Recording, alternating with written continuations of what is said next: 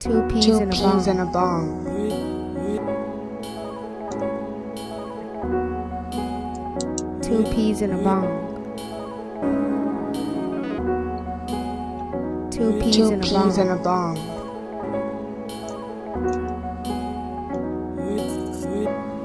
Two peas and a bong.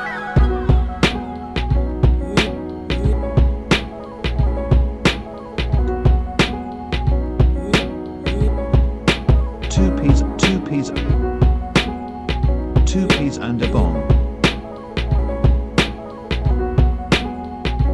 Two peas Two peas Two in a peas bong. in a bong.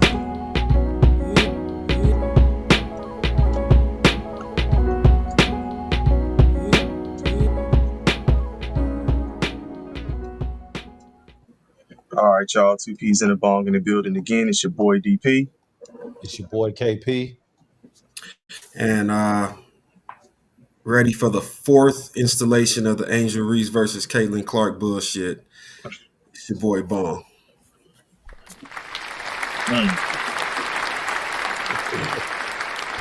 I didn't catch that game, but I damn sure saw the score.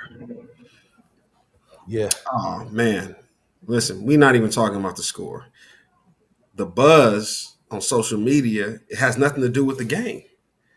Once again, first game of the season, WNBA knows what they do. They starting to figure it out. You feel what I'm saying? They starting to figure it out. Hey man, you know what?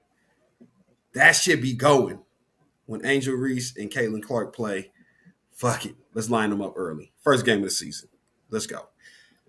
And sure enough, flagrant foul on Caitlin Clark.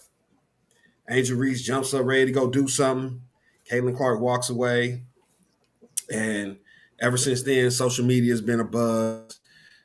And it's like it takes no time at all for that shit to just go. Like the WNBA has so many storylines they could go to. But God, I'll be damned if that Angel Reese Caitlin Clark storyline ain't the one that they like to run with. So, but it is what it is, man. You know what it is with me, man. Motherfucker can never make me hate Angel Reese. So if you want to line them up on my list, then we got Angel Reese, Dak Prescott, Lonzo Ball, man. Y'all can never make me. It'll never happen. But it is what it is, man. Anyway, we got more pressing issues with the NBA, the big boys, the big brothers. So All right. Well, we got the Final Four now, finally. So we know which teams are going to be in the Eastern Conference Finals and the Western Conference Finals. So that's a start. But I guess we'll tackle the game that we missed because it didn't go live on Friday or yesterday. So that was the Boston and the New York game. And New York did, in fact, give Boston a beat down. Were y'all surprised at anything in that game? Is it the way? Did it go down how y'all expected? I told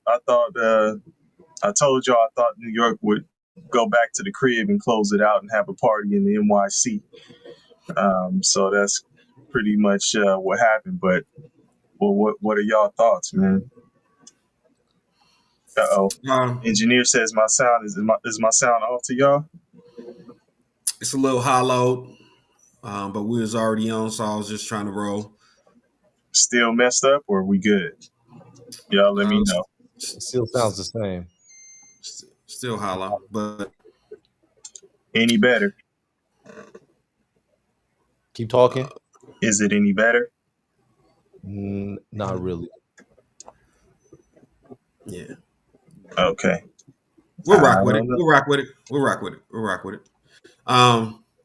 That's crazy because before we got on, it sounded perfectly fine. That's crazy. That's crazy. But we gonna roll with the punches, man. It's all good. It's not that bad. It just sounds a little hollow. But Okay. All right. New York, were you still talking? Were you in the middle of saying something? No, I just asked y'all what you think about the New York game. Did it go down the way y'all expected? KP, you want to lead? It got it just got real ugly real fast. It was, at the end of the first quarter, I was like, okay, maybe they'll be competitive. It was 26-20, um, with New York ahead by 6. And then Miles McBride hit a 3-pointer in the second quarter to go up 29-20, and it just went downhill from there. Um, what's his name? White, Derek White could never get it going. Yeah. Like it just he finally started to look like he might have hit some shots later on, but he only hit 3 shots. Uh, I mean, Jalen Brown they was were, scoring early on, but they just never had anything going from any of the other players. And my guy, Luke Cornett, Oh my God. only- he only had 5 points, man. 5 points, 5 rebounds. So I mean, he did shoot 2 for 3 from the field, but it wasn't enough. And it just goes to show the void that they had with Jason Tatum. And no, don't say that. no, they did have a void not having Jason Tatum. It was a void not having Tatum. And the other part was they, they just shoot threes, man. Yeah, that was really the demise from jump. They And they lived and were. died off that 3-pointer. They were 12 for 40, and yeah, they just never had anything going. Yeah. So I'll say this: they look like a team that didn't want to get beat at the crib. New They York gave you or no Ball. Boston. Okay. Boston gave you everything they had and said, "Listen, man, out of respect for the city, out of respect for the fan base, we're gonna give you our last stand at the crib." And they won. But coming back to New York, um, yeah, everything, it all falls down. Shout out to the old Kanye. Uh, it all Yeah, I mean, we're asking Derek White to be a star when he's a role player, right? So I would say that Cinderella slipper came off at midnight, got back to New York, and he turned back into a pumpkin, right? So Mm. it's the little things, like in his role where you have a lot of attention going towards Jalen Brown, you got a lot of attention going towards Jason Tatum. Yes, you look really good. You can flourish in that environment. But now, when it's like, hey, we don't have to pay attention to a Jason Tatum, like you said, that void, right? Now, what are you going to be? Now you're just Derek Brown or whatever you are. So Yeah, Oh, not even not even Derek Derek Derek White. White, White. sorry, my bad, Derek White. They're the same thing. Sorry, White, Brown, Green, Brown. Derek Green. But that's what it looked like. And then New York again. That I knew that crowd would have to play a role at some point in time. Like it makes a difference being in that environment and them tasting like the Eastern Conference Finals. They're acting like New York is acting like they just won the championship. And I know Niggas that ain't been. They acting like Minnesota when they won the win. right with Pat, with, with Pat Bev was out there going stupid like they just won a chip. You did. Mm. So Absolutely. yeah, man. But yeah, them boys was, and what I'll say is this. I know the NBA script writers want that New York, Minnesota. They want that New York, Minnesota situation, right? But New York, man, calm down. I know you've never been here before, so you can't act like you've been here before. But Yeah, man, never been there. hey, Not, hey, hey, since what, not in this lifetime. 72? Hey, 72, Oh, 73? I thought you talking about the Eastern 76. Conference Championship. 76, I think, was the last time it was in the Nah, finals. it's like What? 73, right? What? The last The, time? it was in the finals. Oh, The, they the No, okay, NBA okay. they win in '99. Oh Oh yeah. yeah, yeah, yeah, yeah, I'm yeah, talking about. I think yeah, that was yeah, the yeah. last time they won was in The 70. last time they won the 76. Yeah, chip. yeah. I'm That Last sorry. was time they Phil won was in Jackson '70. days, man. Yeah. Yeah, That's Phil's a player, oh right? god. Yeah. That's crazy. Hey man, I So can't talk though. The Clippers ain't even won a championship. So yeah, the Clippers, motherfuckers ain't won the championship. Motherfuckers ain't won the conference championship. Ain't been to a finals. Come on, man. So yeah, it's different though. Come It's on, man. levels. You don't have no expectations for them to win, man. Be honest with yourself, man. Yeah, You just rolling with hey, engineer put it into perspective. They ain't been in the finals since the Nixon administration. it. hey, Ooh wee. but again, uh, Cat was playing tough.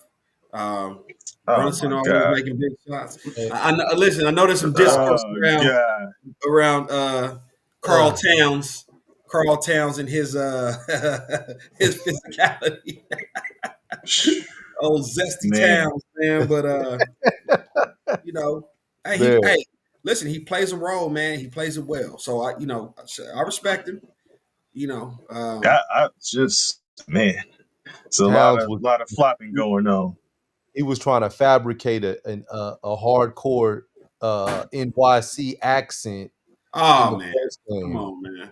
Did he say he's from New York or he was born He's from there? Or like, Jersey. He's from Jersey.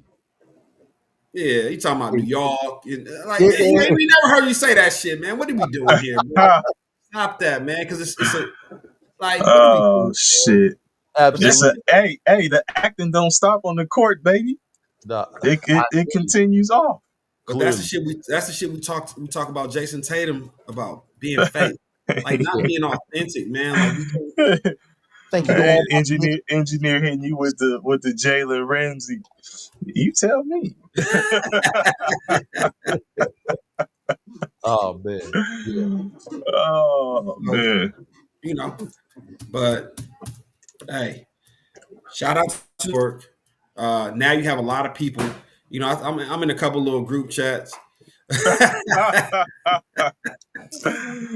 Hey, tell us how you really feel, Scotty Boy. Hey, Scotty you boy, always gotta let Scotty Boy's intro get some yeah. airtime, man. Absolutely. I'm officially filing for bankruptcy after these playoffs. Hey man, Man. we told you to bet your bottom dollar, not the ones on top, man. Hey, Absolutely. So and man, the other thing. what engineer say? Hold on before you go. He say he shocked Scotty. hey, Scotty Boy Has using that internet. Wi-Fi in the McDonald's parking lot, man. Absolutely. Absolutely. Keep it close. Um, so the other thing that was funny was Jalen Brunson kind of played his pops and was like, Oh yeah. we haven't been to an East Coast final since my pops was playing. Well, my pops didn't really play like that, but Well, he's on the team. he Yeah, was on the team. yeah, Yeah. yeah. So yeah, he Hey man, definitely played his I'll say pop. I'll say this, because y'all have said a few things. Uh, Boston is definitely a better team with Jason Tatum.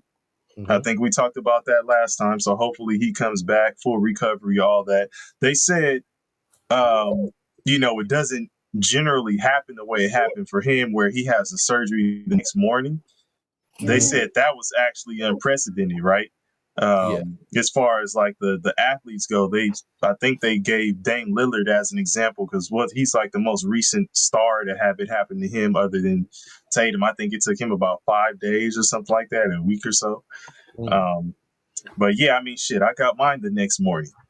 But logistics wise, they say sometimes the players aren't in their hometown. They got to find the right doctor and they got to be available and all that kind of stuff. So that was one thing. But I wanted to point out this. Dizzle, what up?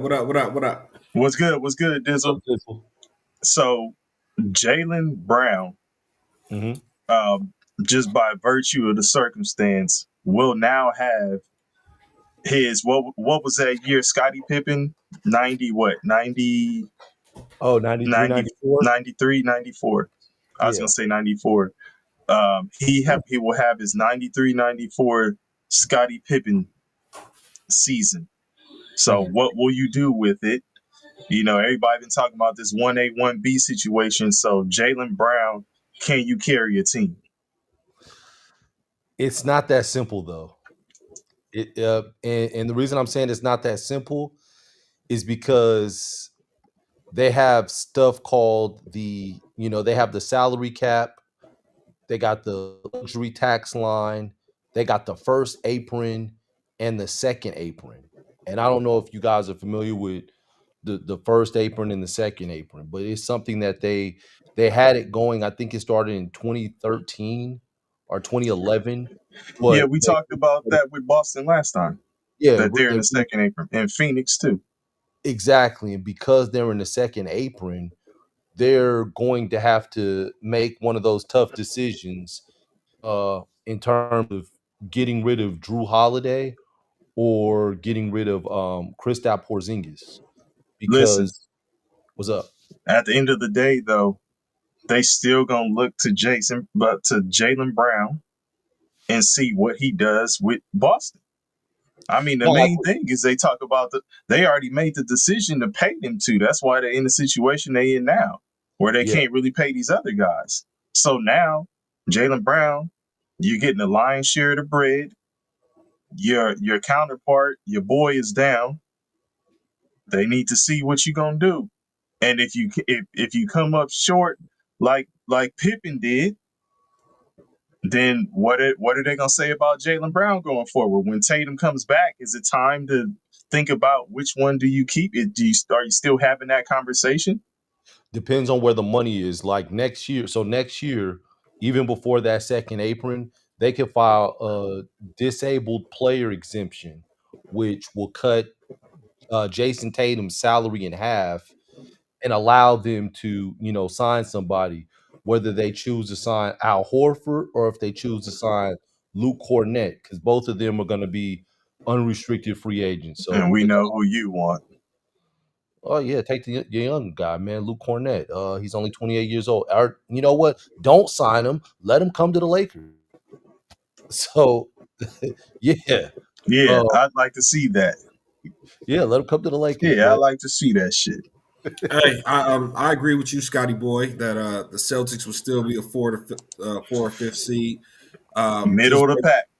just based on the Eastern Conference not being um, that Strong. great of a conference, Yeah, right? They're really, as LeBron would say a few years ago, they top heavy shit. But or as guys would say about chicks built like the letter P, they top heavy as shit. But yeah, man, I mean, you got the first two or three teams. So who would you say is at the top of who's at the top of the list? Do we see another big uh, big regular season from Cleveland? yes, Probably.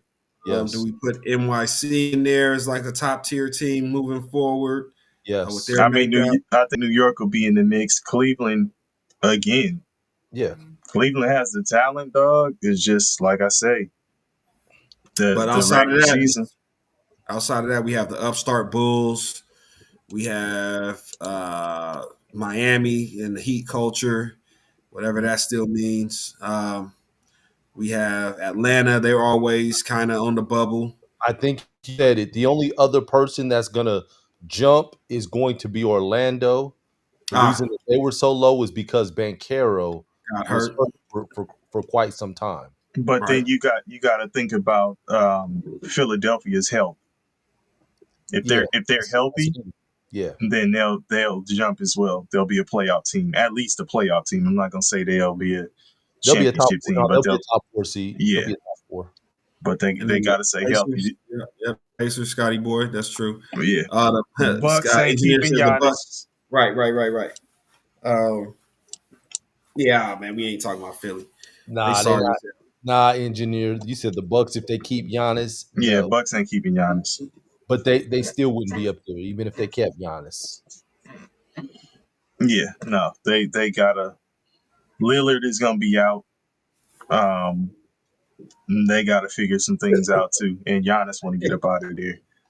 Engineer trying to gaslight the chat, huh? Yeah, I Talking about see Chairman Gaines, SDS, it. just put out, just put out a new nail We polish got line. FYF sports debates in the building. What's good? Let's see. Top of the top, top of the top. The only two players that will need to get signed next year are Horford and Cornette. They will be fine. They will be able to sign help with the injured player exception. Yeah, I think We KP just talked mentioned the about that. injured Yeah, player. that's what I was talking about. But I don't. But it's 20. It's still 27 million on the cap. So once you sign those two, I still think that puts them over, which means they're gonna have to trade Porzingis, and I don't know if Porzingis has enough trade value by himself. So And who? I mean, what would you be trading Porzingis for? um, maybe another either a wing or a wing like a 3-4. Yeah, that's what I Mhm. trade a 3-4 because Okay, and I'm saying that if you're keeping Horford and Cornette, but okay. And he said most of Boston's core are under contract until 2027, 28. they are. Holiday signed the what was it, a 3 year or 4 year? 4 year, right? When he Um, signed with Boston, we were yeah, talking about that last time. he's under contract till 2027, Yeah, 2020. Yeah. I mean, what's good? Al sucks at mock drafts. What up? What up? What up? We I don't know, man. Uh, FYF. I mean, I hear you about their core, but you think they're good enough to make a real push, like a championship run like that? I mean, we're saying that they'll be in the playoffs just by virtue of how the Eastern Conference is. So, but all of us are pretty much saying the consensus up here is middle of the pack. So I don't But know I'm if anybody else yeah, thinks it's something other than that. and I'm saying middle of the pack after the trade because they're gonna have to trade Porzingis and they may have to trade Drew Holiday. You don't roll with a healthy Porzingis. You wouldn't just roll and just ride it out. It's Pause. he well, you can't have him and then sign the other two, Cornette and Horford. It's gonna put him over the cap. And now you're over the second apron. So you're saying you're just giving up Porzingis so you can sign Horford or Cornette. Yes, absolutely. Because both of them are unrestricted free agents. So they're gonna take less anyway. It's just Yeah. how much less are they willing to take to come back? Can I Because ask you a question? yes. Do you think that you can find comparable talent for Cornette in some of these upcoming drafts? In the upcoming draft, no. Not, I'm saying the next maybe 2-3 years, because we're talking 2027 and 2028, 2 years down the line. You can't find comparable talent. Possibly. I mean, I, possibly. hey, I'm saying for what he does in that system. That's all I'm saying. Correct. I'm asking you. You don't think you can find a player that could do some of the similar things? Like, is it that pressing to sign Cornette? No, but you're gonna sign him for the low. So he's gonna break the bank for you signing him. You may sign him for $7 million. So I don't think he's the problem. True. But Yeah, then I'm saying, what do you're saying trade Porzingis, yes, and you're saying trade Porzingis for a wing, and then yes, you go with Horford and Cornette, yes, who aren't long-term solutions anyway. Horford is downside of his career. Cornette just not a long-term solution in my opinion. So you're going to be looking at draft or free agency again anyway you can do in that. another 2 years. You could Okay. do you could draft afterwards. But I mean the reality is that all the decisions they made to sign all these guys long term put them in this position to And where they're over the salary cap. So you're and the gonna have to cut costs somewhere. hmm and FYF says a couple things. He says you have to scrap next year if you're Boston, impossible to win a title without Tatum. And this next thing is kind of what I'm speaking to. He says I'm letting Horford and Cornette walk. They need to get younger. That's why I'm like, you don't think you can look to draft to find comparable talent? Or I mean, I don't know. I There's a, hear you. I mean, Listen. I'm there's saying a, I hear yeah. you about Porzingis. I'm like, okay, Porzingis. Okay, if you want to free that up and just say, all right, we in kind of pre-rebuild mode because our main guy is out, so we got to make some moves to just start thinking about how it looks when he comes back. But I mean, are we making that move to sign Cornette and Horford? I mean, but the problem, you don't have a really good young crop of bigs in the league. It's a shortage of them. So That by really, so by just attrition, Cornette is a need. He's a necessity. Like you want to yes, keep him is what The he's basically. position, I think the position is a necessity. Is Cornette a necessity? Cornette's been Especially given Bong, what you saying that, especially given that we saying Boston is middle of the pack. You motherfuckers ain't winning.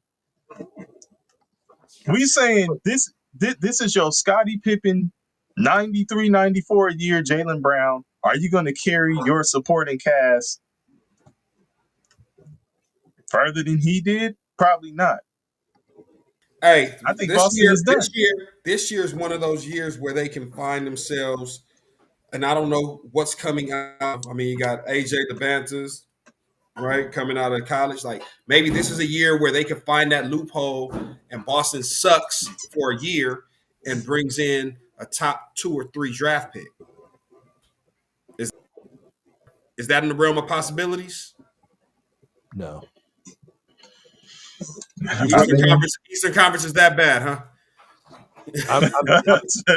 I still think they'll be middle of the pack. Yeah.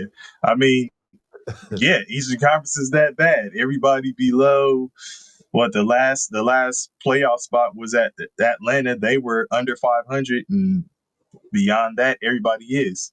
And Miami was way under 5. It made it over Atlanta. Yeah. I mean, and again, like we said, the only one we're saying is Philly. If healthy, they'll be a playoff team. Maybe a Toronto does something.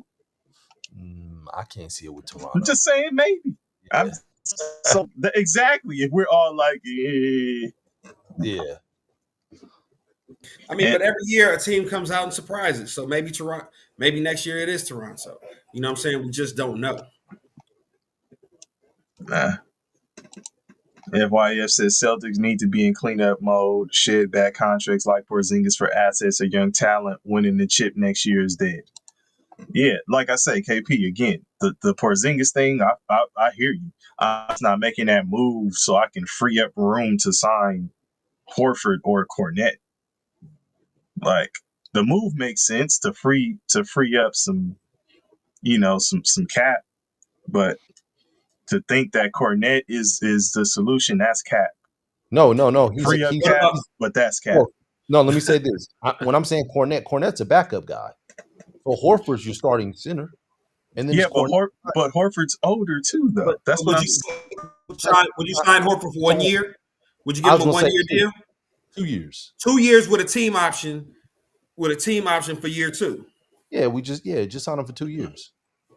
2 years, $20 million. Short term, he knows what it is, and he's he's looking for that parachute, for that that little retirement package.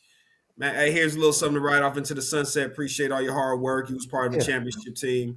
You sign Horford for 2. You sign Cornette for 3 at $8 million a year. So that's $24 million and $10 million and $20 million. You're winning at that point. FYF gonna talk that Chicago sports. He gonna talk that Chicago sports, ain't he? He said if Jaylen Brown can carry like Pippen did, that's a success. Pippen did a lot without MJ or a viable replacement. Yeah, I mean, this is I'm just essentially saying this is his moment. This is your opportunity, just like Pippen had that opportunity, and what will he do with it? Hey, before So we get too far, man. Al sucks at mock draft. If you're still listening, bro, we appreciate you engaging in the Discord, man. You've been really active. You know, going back and forth, giving your opinions on different topics in the Discord. So definitely appreciate you, Al sucks at mock drafts, fucking with us in the Discord. We encourage everybody to kind of tap into the Discord when you have a moment. You know, we try and put like current events, things that's popping, things that's going on in NFL, NBA, and other random things, college sports, just a lot of different things. And we're just getting it off the ground. So, you know what I'm saying, the more engagement, the better. But Alf, sucks at mock drafts, we truly, truly appreciate you, bro, because you've been in there and getting active. So thank you. Absolutely. mhm. Yep. Okay. Let's move on to game 2. Well, I mean, was it a game? Oh, engineer, you got it's Uh-oh. graduation Engineer said season. graduation. Shout out to the old Kanye. Yeah, shout out to engineer. Shout out to engineer, man. Congratulations, bro. Yeah, man. I be in that Discord going, man. Even putting in bad information. Right. from Adam Scheffler. Scheffler. Not to be Oh my god. not to be Oh, confused with Snifter. But yeah, was it really a game, huh? Yeah, OKC. was it really a game? Was it really a game? I mean, it's what I expected. I told y'all that OKC was going at the crib. So not surprised at all. Maybe that it was just that big of a margin of victory, but I ain't surprised, dog. I knew they were. I pretty much figured they were gonna win. Denver. I don't know if it was just they were gassed, but they looked like they gave up early. Like from my perspective, if I'm a coach, I don't give a fuck if we're down. Like y'all motherfuckers are playing. Maybe I'll take y'all out with 2 minutes left or some shit like that, but y'all playing. I was Like gonna say they 4 to went 5. out early. Yeah. Yeah, they went out early. But I don't know, man. They got some shit to take care of. Denver. I haven't looked at their contract situation, but they got some shit to figure out. I'm gonna talk about that in a second. The where did Denver go next? But talking about the game, game 7, I want to first start by saying, man, Aaron Gordon is a warrior. To get out there and play with a grade 2 strain, hamstring strain, and still be productive the way he was, that Yeah. was like So was he that. showing Steph Curry how it's done? Absolutely, man. I mean, the man, honestly, he was tied I for was a game. He was I was gonna tied say, for a game. I was asking, is Aaron Gordon 37 as well? Is he? What do you mean? Is he 37 like Steph Oh, the Curry age. Oh, come on, man. and, and running about 2 miles a game? Man. Come on, man. But Okay. Okay. Just making sure. I Hey, just want to make sure that we didn't. and Hey, he's athletic. I told my brother. Hey, look, I told my brother, you're gonna wonder why Aaron Gordon ain't got no boosties next season. So Gordon tied for a game high 11 rebounds. What he a slam dunk champion? And had 8 points to go with that, man. So he did play with some toughness. It was just unfortunate. Oh, He didn't sacrifice all his jumping ability. Hey, man, but Come out and give us 8 and 11. man. Hey, no. Hey, I was just about to say that, man. But it also, Eight, 11 rebounds. That's awesome for somebody with a grade 2 hamstring strain. But his point total is where you really saw the difference. You know what I'm saying? Like 8 points. That's not Yeah, in the playoffs. That doesn't even sound right. But yeah. And he was a big part of their movement this year. He was the a second very best player in the playoffs. Yeah. on yeah, that team. yeah. So for Um, him, once he came, and we talked about it offline. Like once he had to, and we talked about it in the Discord. Yeah, so we discussed it in the Discord when the news broke with who was that? Shams. yeah, Shams broke the Not news to that be confused with Shams or well, yeah, or, however, yeah, so, whatever we or call it. It's a Shims. sham. It's a sham. It's a scam. yeah, boo. But yeah, when he broke the news, we spoke about it in the Discord. Man, it's over. Like that basically put the nail in the coffin for OKC. I mean for Denver. Denver. Uh, Yeah. his injury, and SGA on their side finally played like an MVP. I But think I think that's skewed as well. yeah, of course, we don't care as long as it looks good on the box score. Because again, you just No. told me that Aaron Gordon had a game high or tied game high with 11 rebounds. Yeah, it's a stat that looks good. And was it an Hmm. effective 11 boards? It was early. Obviously Yeah, not. no. His was effective. It was because it was early. Like after the first quarter, he was the leading rebounder. I believe he had 5 in the first quarter. He was the leading That rebounder in was the that first half. Willis Reed adrenaline when he I think came he out had, getting. I think he had 8 rebounds in the first half. So he got most of his rebounds while the game was still competitive. Whereas Shea got most of his points when the game was out of reach. In the first quarter, Shea didn't look like MVP. Shea shot 3 times, was 2 for 3 from the field with 4 points. Um, what's the guy's name? Give me one I second. I'll mean, tell that's you. just not really taking that many shots, though. I mean, he really wasn't trying to attack. It looked bad that Case and Wallace came in off the bench and took more shots than him. And Shea played the whole entire 12 minutes and had no assists. So it was like, well, what were you really doing in the first quarter? Him and J Dub were kind of passive in the beginning. They opened Hmm. up when they started to play defense, get steals, and those steals turned into fast breaks, and they started to get easier shots and saw the ball go in. But even in the first half, Shea only had 12 points. Yeah, and I don't disagree with you there. That just kind of speaks to what I was saying before about their supporting cast just being better than most. Like I said, Boston had it was between him and Boston for me as far as like your stars and then your supporting cast. And I mean, I don't Kerry, know. Yeah, if you like just one of the Kerry, my bad. I oh just no, want it's to fine. Yeah, I just wanted to address the room. Hey, if you're just checking us out for the first time, please be sure to like, share, and subscribe. We appreciate all the support. See a couple people jumped in here, but we don't want that to get caught up in the conversation. Please subscribe. Please tell a friend. Please like, share, all that good stuff. KP, Okay. take it away. KP, to that Yeah. point that you were making though, before you go too far, you have Scotty Boy saying that to SGA's defense, uh, they weren't knocking down shots as far as the assists go. It's true. They weren't knocking down shots initially. So there's some truth to it.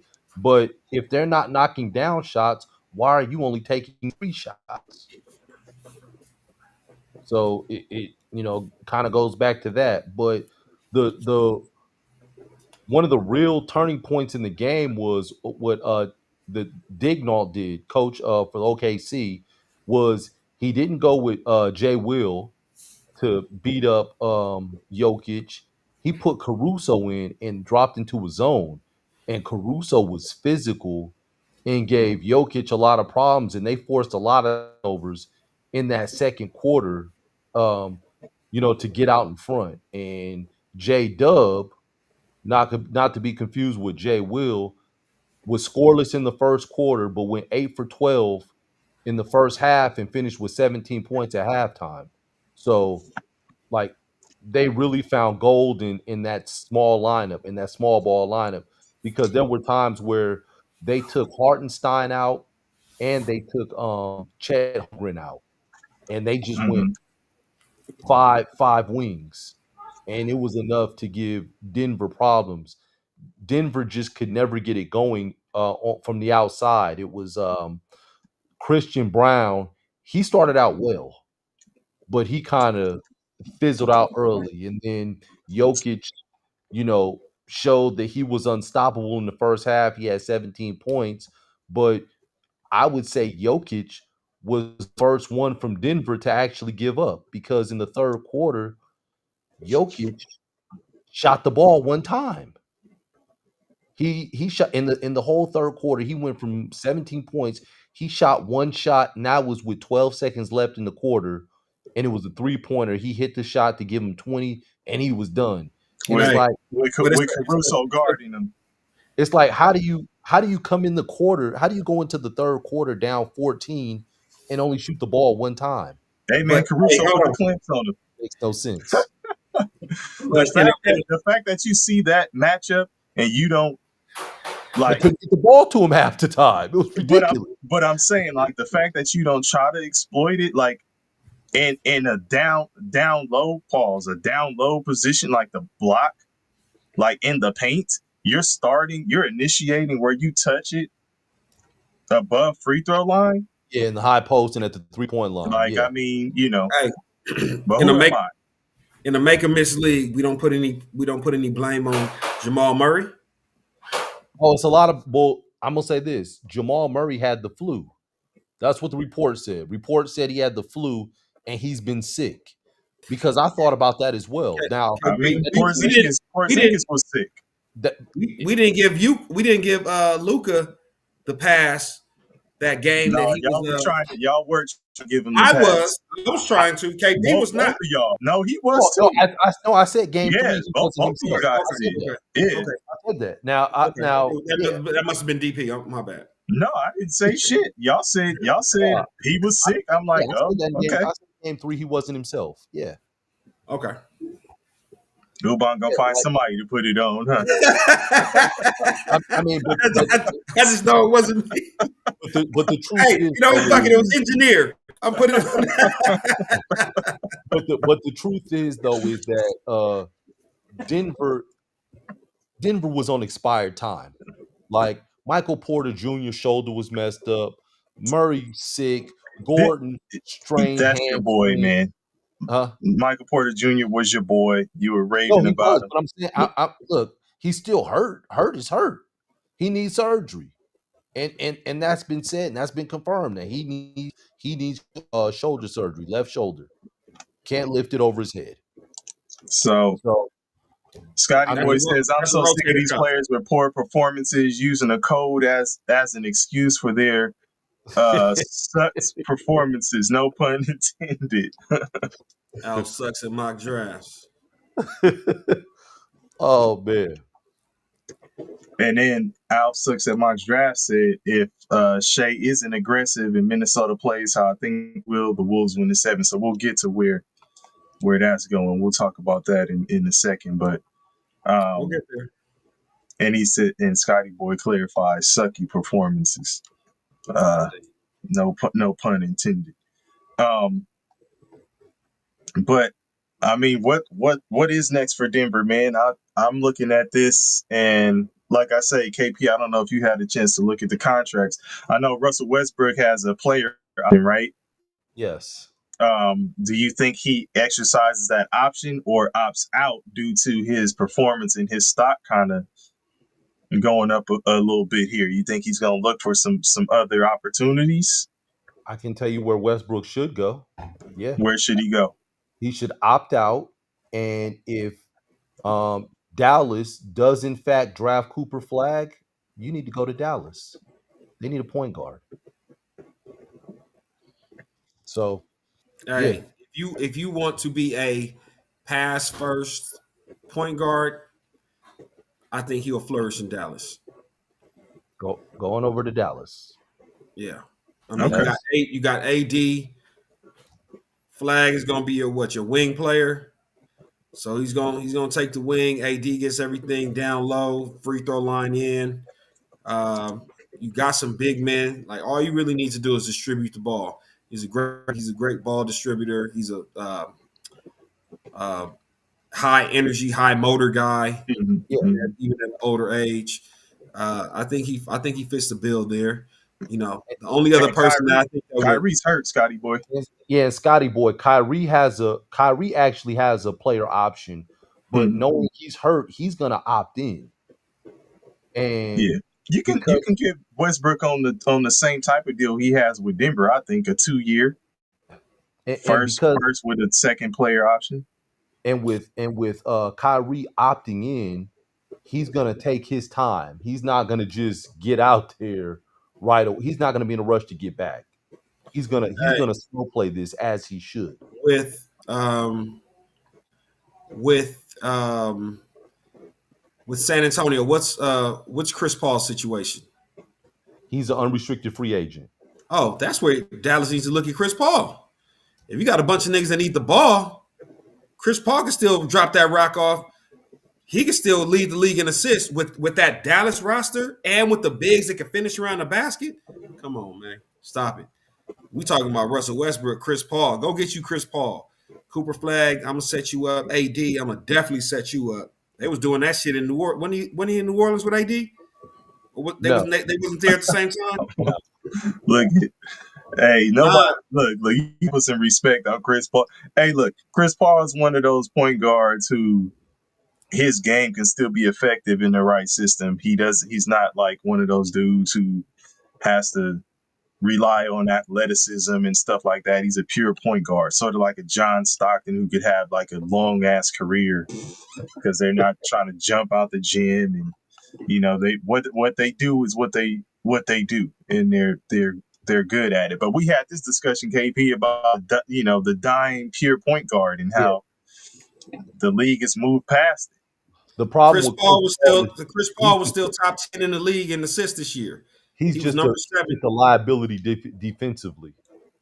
Chris That's Paul the was number seven. Chris Paul was number 7 in assists this year in the league. Okay, I know Alf sucks at mock drafts. You ain't serious about this right here.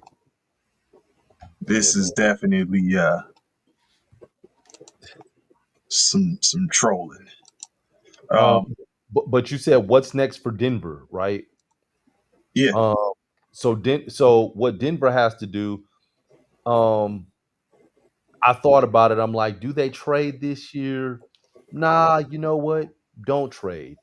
Go into this offseason, you're gonna lose Westbrook, you're gonna lose DeAndre Jordan. Um, you need to What we talking about DeAndre get Jordan for?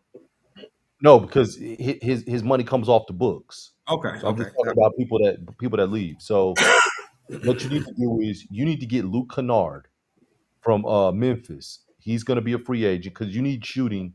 You lack shooting. You got these young players, and they really don't shoot like that either.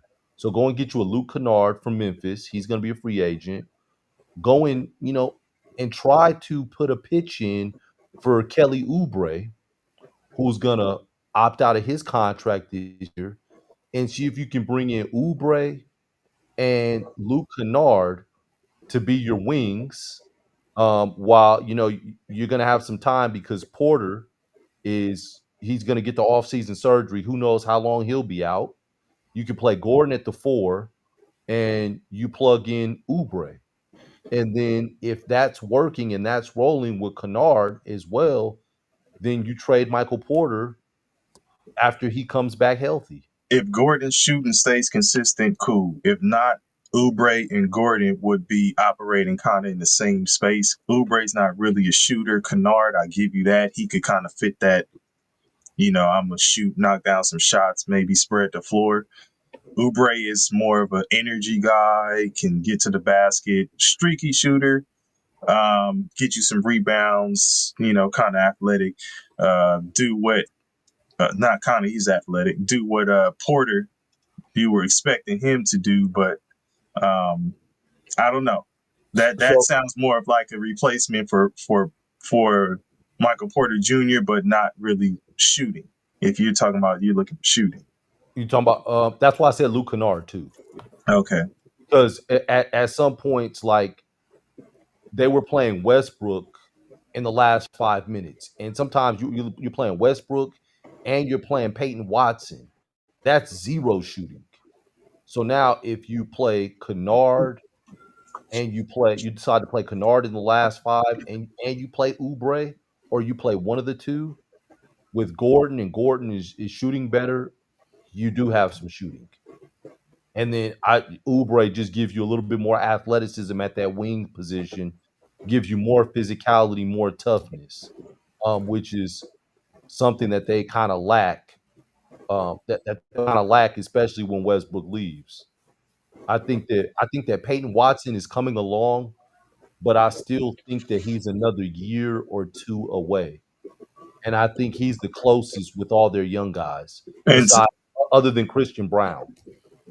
um, Watson again is what? Well, Watson, you're looking at him for like a sort of like what, let's say, McDaniels brings to Minnesota. At some point, but Okay. No, he's I'm far saying from it.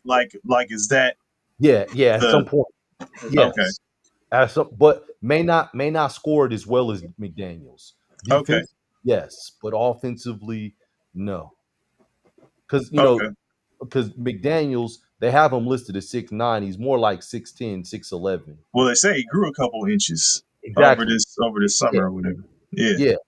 Which that's why I said he's really like 6'10", 6'11". Like he's a matchup problem. Whereas Watson is like 6'7". hmm Good. What were we saying? He's active on the blocks Absolutely. defensively. Yeah. At that wing position. Absolutely. I don't know. I'm not gonna say Denver is straight rebuild mode at this point.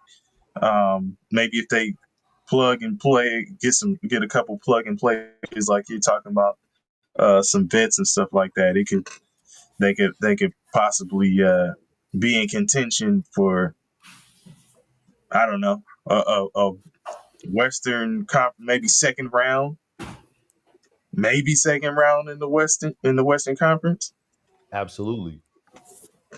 Were And you Absolutely. surprised at them this year? Like, did you think they would go this far this year? No, they overachieved. Okay. who? They Denver? didn't. Yeah. I mean, you think about it. You fire your coach with 3 games left in the season, right? And you're fighting not to be a playing team. So you bring in David Adelman. He goes 3-0 the last 3 games. They're not a playing team, and then they match up with one of the hottest teams in the league in the Clippers. So it was the battle of the overachievers in that series because the Clippers definitely Yeah. overachieved. Well, Okay. no, I'm saying Denver didn't overachieve until they beat the Clippers. Like, because it was like they were going to get in the playoffs, right? They just they won 3 games, so they didn't have to be a playing team. They matched up with the Clippers, and you're thinking the Clippers got a chance to really beat them. And the emergence of Zubac, you're like, oh yes. And Denver overachieved because there was no way that they should have won that series. But The Denver Clip was the higher. I don't know. I can't say there was no way they should have won that series. If we're saying the Clippers were overachievers, but now Denver wasn't overachievers until they beat the Clippers. because I'm saying even when that matchup happened, game one, the Clippers were up by I want to say 15 points, and they blew that game. And even after they blew game one, they still went ahead to win the next two to take over the series and control the series and be up 2-1. And then in a game where it's like you got your second home game, you got a chance to win and go up 3-1. Yeah, They gave but you were framing it like there was no way that Denver should have won the series. Like, I don't think it was no way. you could I think that was a toss up between them and the Clippers. you could be the higher seed but not be the favorite. And I just explained. I think it was a toss up between them and the Clippers. I don't think it was going into it. You're looking at, oh, there's no way Denver beats the Clippers. We were saying that the Clippers were overachievers. I didn't No, expect the well, Clippers. no, we said the We Clippers were were hot. saying No, the no, no, no, Clippers. we didn't. We said the Clippers No, were hot KP, going into the. KP. no, we said they were We said overachievers. the Like Clippers were they yeah, overachievers. because they weren't supposed to win as many games as they did. Right. Who said? This I didn't year. say that. I said I it. said the Clippers were. I said the Clippers were the team that you don't want to see going into the playoffs because the Clippers were peaking at the right time. They were So coming into the playoffs. Hold on, they were coming into the playoffs on a winning streak. when I They said won we, like something crazy. when I said we, I was talking to KP. So that's my bad. I said we because me and him were talking. We said we were talking about them from jump and comparing them to what we were looking at them as at the beginning of the season. And we said there's no way these motherfuckers are going to even the playoffs. We said even if they do, it's got play in written all over it. And that's not what happened with them. So we were Especially like, oh, with these Kawhi being motherfuckers are overachievers for out. Yeah, sure. yeah, especially with Kawhi on low management. Like Yeah. no one thought the Clippers were going to do that.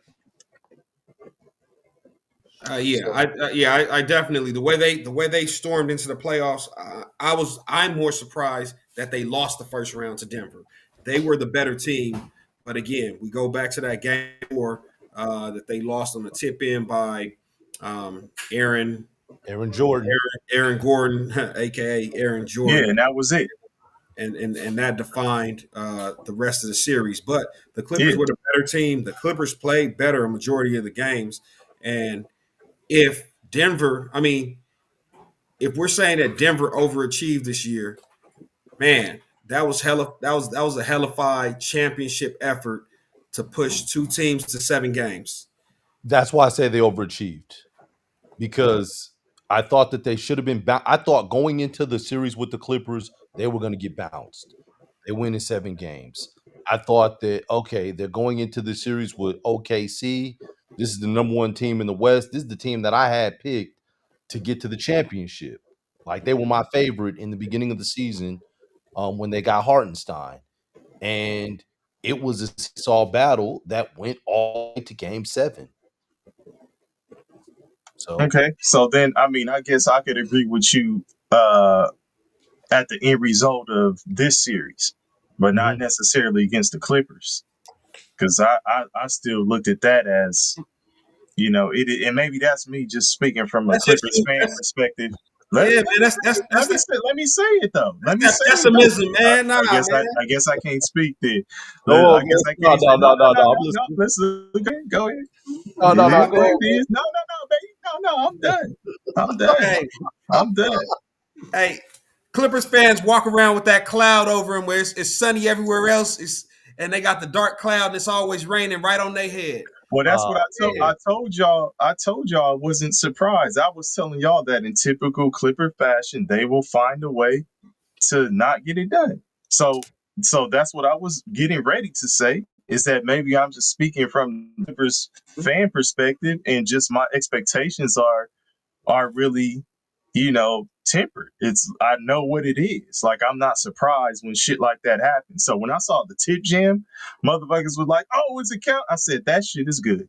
I don't even need to see the replay. I know it's good. I know they lost. And this is it. This is the turning point. And that's exactly what happened. So I spoke to y'all about that shit before, though. I done figured it out. Because all my other sports teams be winning. Except the Cowboys, and it's because DP a fan of them. DP. Oh, man. DP. We done found him. Jerry, get Jerry on the phone. Oh no, man. Turn your card in, DP.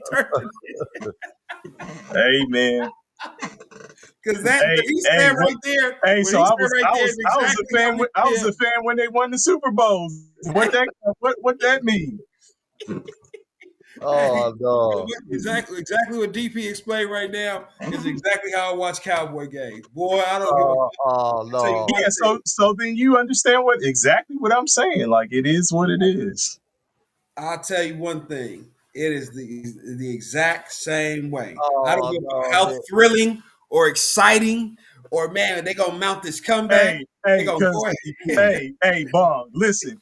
Even in our text messages, I be sending shit like, oh shit, nigga, this is, and then Bong be like, nigga, just wait and see. Hey man, he didn't called you mush from a Bronx tale, man. Hey, Oh man, my man is mush Hey, from a Bronx tale. No. oh man. Hey, Bong be killing my hopes and dreams. Like, nah, nigga.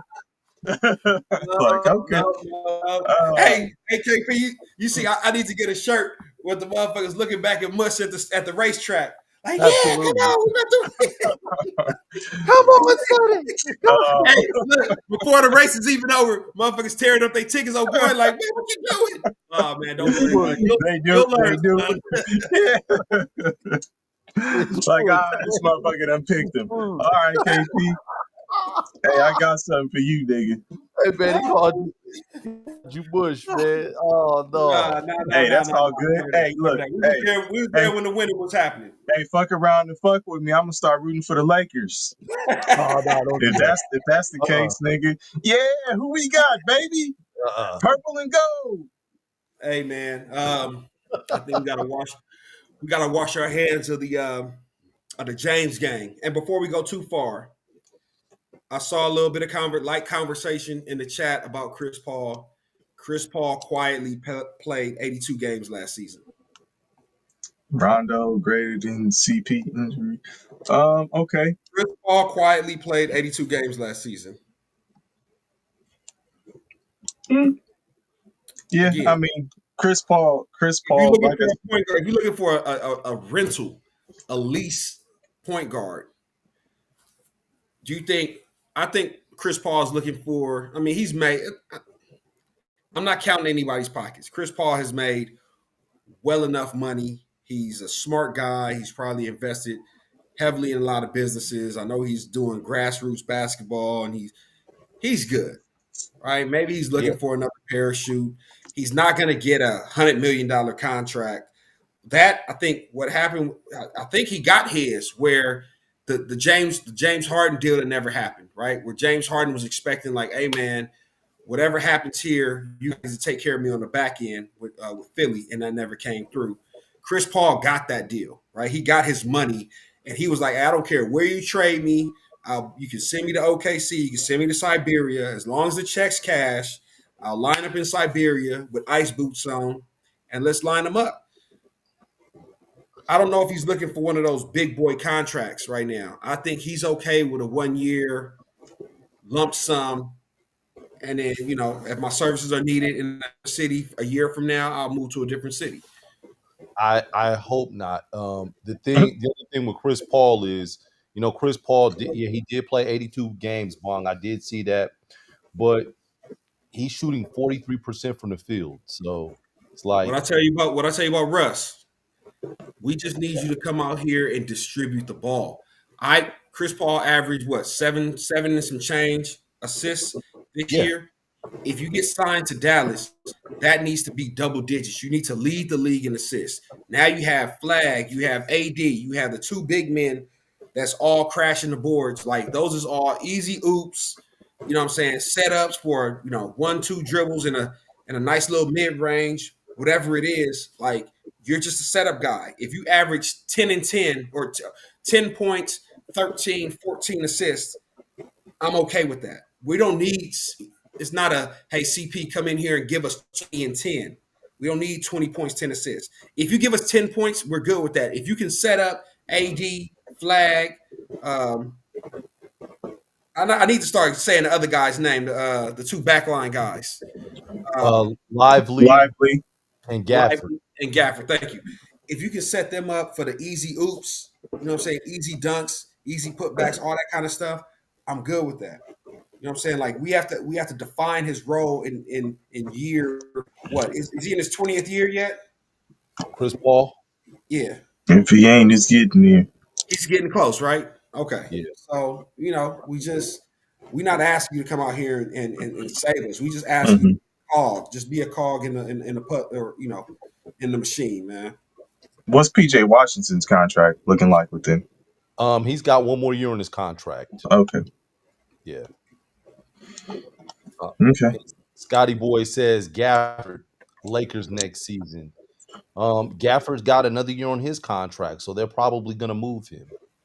So I've seen the rumors about Hmm. that as gap for the Lakers. But yeah, he's got another year on that contract. So yeah. Yeah, the Lakers need more. Yeah, I was wondering, okay, Not enough. are they gonna get Gafford or are Yeah. they gonna get what's his name in free agency? What's the dude from Atlanta? They gonna bring the Mavericks team, the rest of the Mavericks over with Luca now. Oh, you talking about the big man from Atlanta? I like Yeah, his game. I like his game. I thought they from paid him. from Switzerland. Oh no, I thought you was talking about No, not Onyeka. No. no, I'm thinking you talking about black dude. Capella. Oh, Clint Capella. Yeah, he's a free agent this year. Okay, Okay. Yeah. and Clint Capella. you're saying he comes over to the And Lakers? maybe they get him in free agency, but I don't know because they got Clint Capella listed at 6'10". And I'm like, damn, he's only 6'10". He seemed taller than that. He does.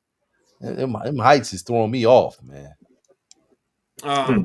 But you don't need Clint Capella. So Al sucks in mock drafts. Alf sucks in mock drafts said Clint Capella's washed. Uh, he's a little washed compared to the younger Clint Capella, but you're not looking for him to be a 20 and 10 guy.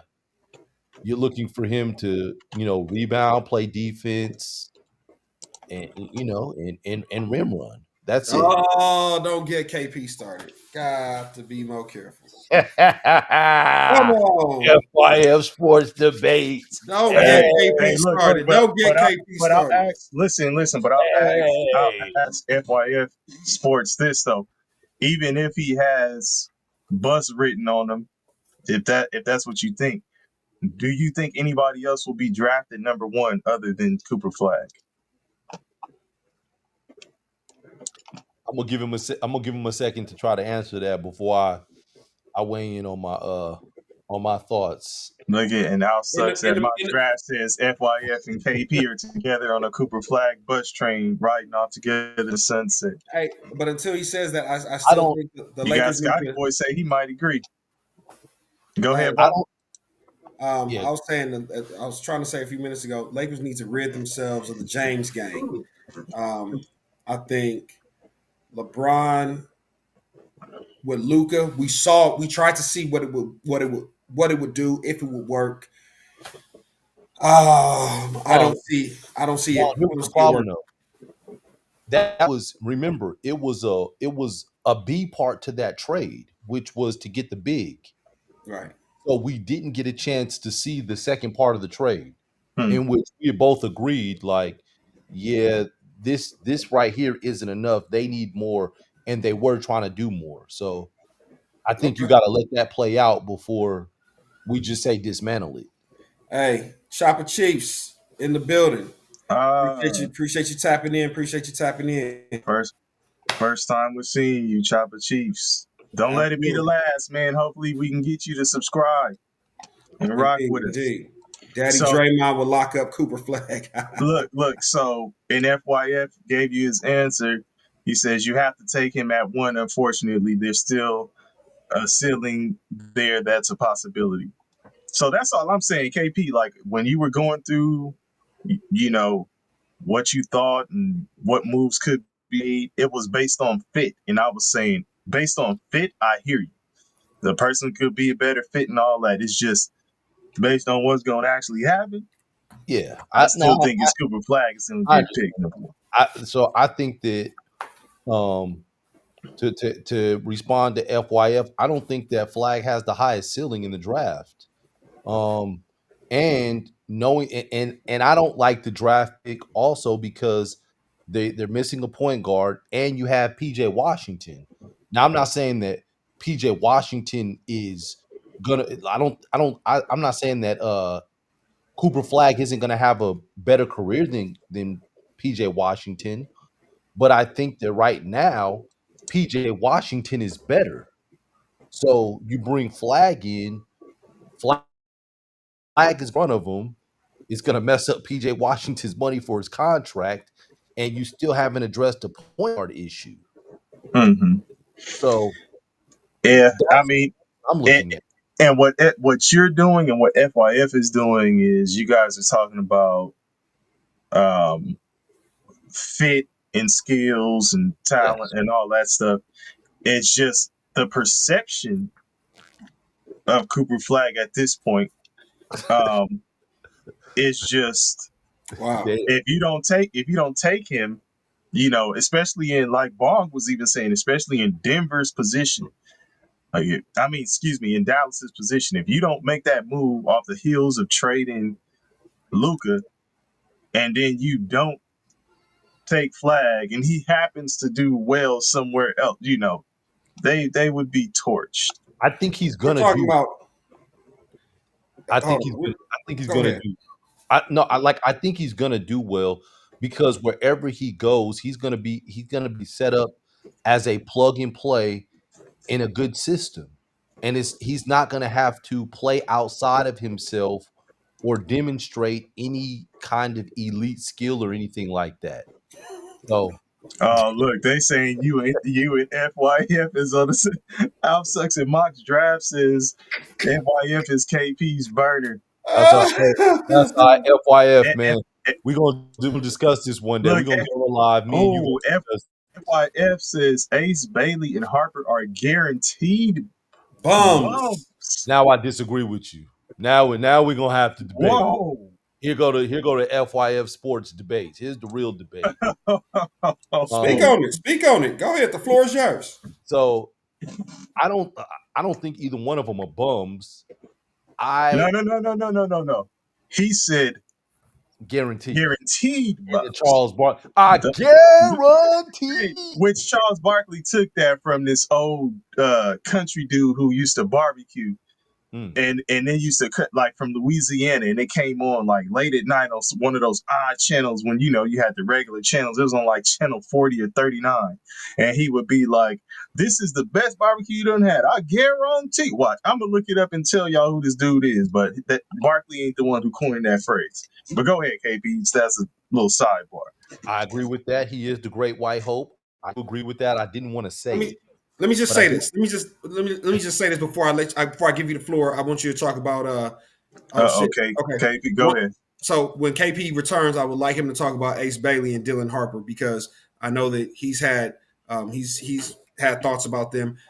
What I will ask FYF Sports, KP, and whoever else has the same opinion. Do we not understand that Cooper Flag is 18? Bro is currently 18. When the NBA season starts, he will be 18 years old. And we're saying that, hold on, let me just finish what I'm saying. And we're saying that he's already reached his ceiling. I didn't say that. Or he still has time to develop his game. He still has time to develop his game. What are we talking about? Bong, where did I say he was going to be a bust?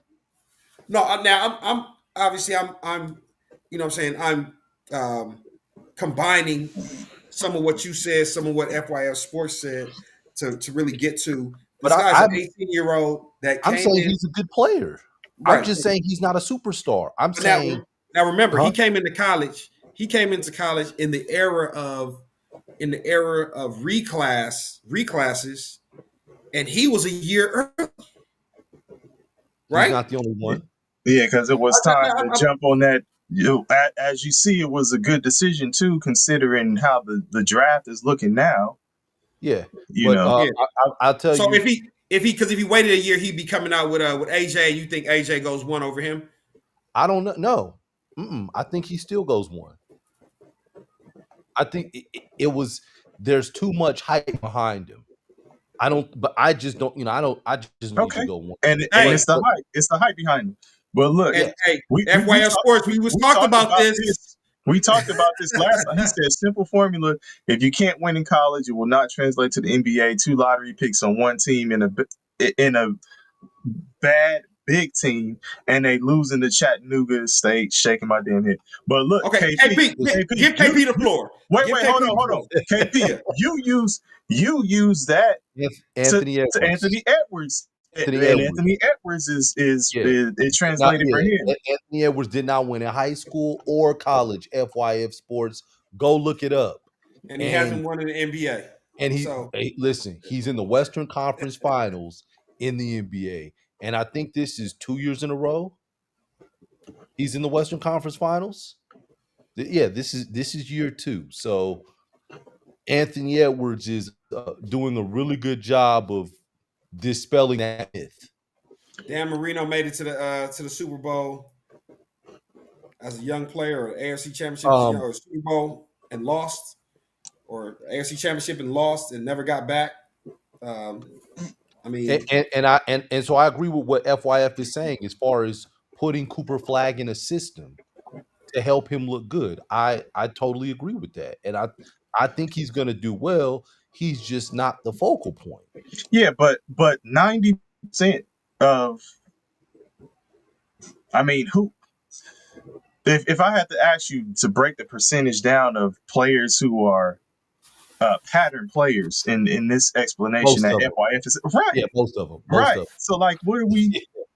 Most are pattern players in. Yeah. KP, hold on, man. Let's not get lost in the Cooper Flagg thing. Oh yeah, wait. Address this. Ace Bailey and Harper are guaranteed. Look. Every time that come up, he shake the live like I'm out of here. I want you to address the Dylan Harper and Ace Bailey are guaranteed bums. Please, the floor is yours, bro. Okay, so Ace Bailey, tough shot maker, skilled on the offensive side. He's going to go to Philadelphia, where it's going to be the same thing.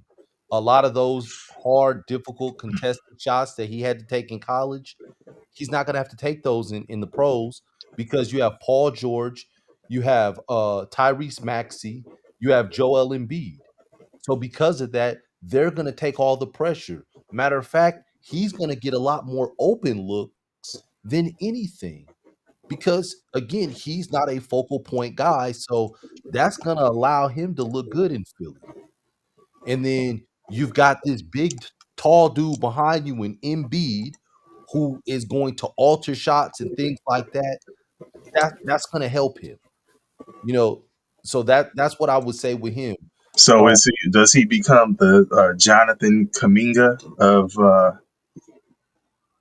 of Philly? You said what? Does he become the? No, I don't. Hey man. FYF said, "Fuck all that. Drop the link." Come on. You want to jump on? You want to jump on the show? Man, drop the link. What are we doing? You want to jump on the show? Oh man, I love it. I love that shit. Hey man, that's dope. I don't know if DP the logistics, man, if we can make that work, but hold on, let's see. If we can get him on there real quick. Bring your bring your people too. Come on. Nah, yeah. Drop the link, man. We want to discuss it, man. And we appreciate it. Look at Scotty. Scotty boys say FYF about the. Yeah, we gonna see. Hey, nah, hey, listen, man. KP, hey, don't sleep on KP, man. He know what he's talking about. We gonna see, man. Okay. We'll see. Continue on. I'm about to see if I can get this to F. Yeah. So okay. So and I'm waiting to see who takes Dylan Harper. That to me is going to be the biggest thing. As I said, I thought that Dallas should probably take him because they need a point guard. But if he doesn't go to Dallas, I'm curious to see where he goes, because that's going to make the difference in terms of if he's productive or not, how productive he can be right away. So that's what I would say about him. Remember, we talked about it. We talked about it that there's a possibility that after you said Philly's at 2, right? That Philly's at 3. Who's at 2? Give me San Antonio. Yeah. San Antonio. Yeah. Okay, but San Antonio doesn't need a PG, right? No, they don't. They've got what's his name? Cast, From Denver. um, Fox. Not Fox. De'Aaron Fox, De'Aaron Yeah, Fox De'Aaron from Fox. Sacramento. Yeah, yeah, yeah. So what I'm here's what I'm saying. Remember we talked about it. He could slide just based on there's no teams that need a point guard until like you get to like 8, right? Yep. So Mm. you know,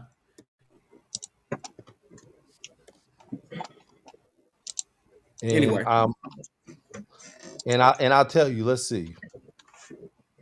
Don't Um hey, you ain't got to prove to me. I'm telling no no no you. no My, I'm telling you I'm, the I'm on the. I'm on the. My only thing is I'm on the Cooper flag. Is not the great white.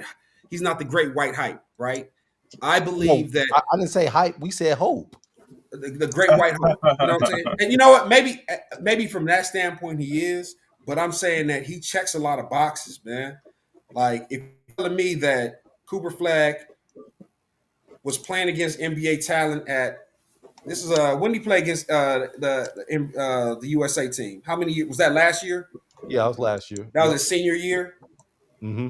So at 17, he's lining up against the NBA's best of the best.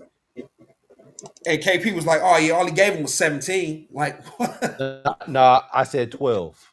or 12, whatever it Yeah, was, I said 13 and you were like, nah, I was 17.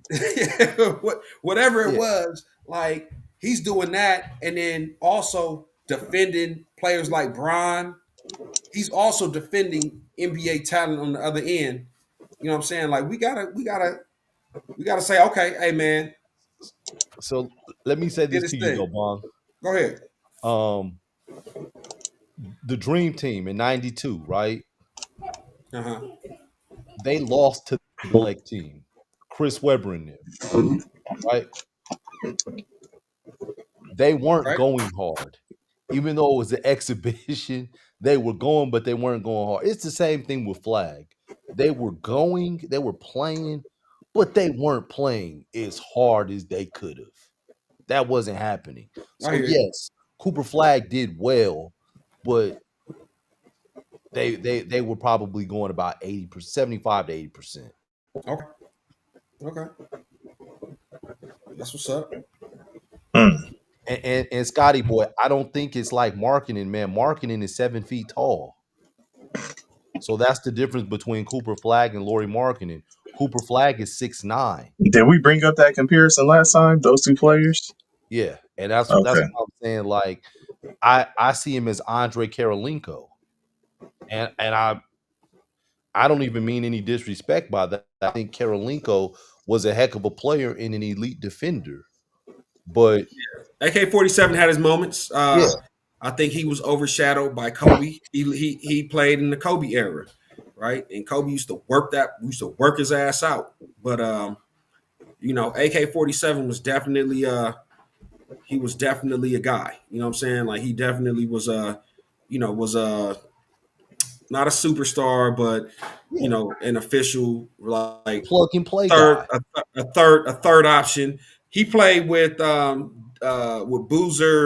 and Darren Williams. Darren Williams. So Yeah. and Andre Karolinko was always that third option, like I guess like Aaron Gordon. Yeah. So I would yeah, I would so Alf sucks at mock drafts. I'm gonna pull up his comment. Hmm. Um he said, I think a 17-year-old great defense on LeBron James going 80% is indicative of very good things. Okay, so I'll answer that.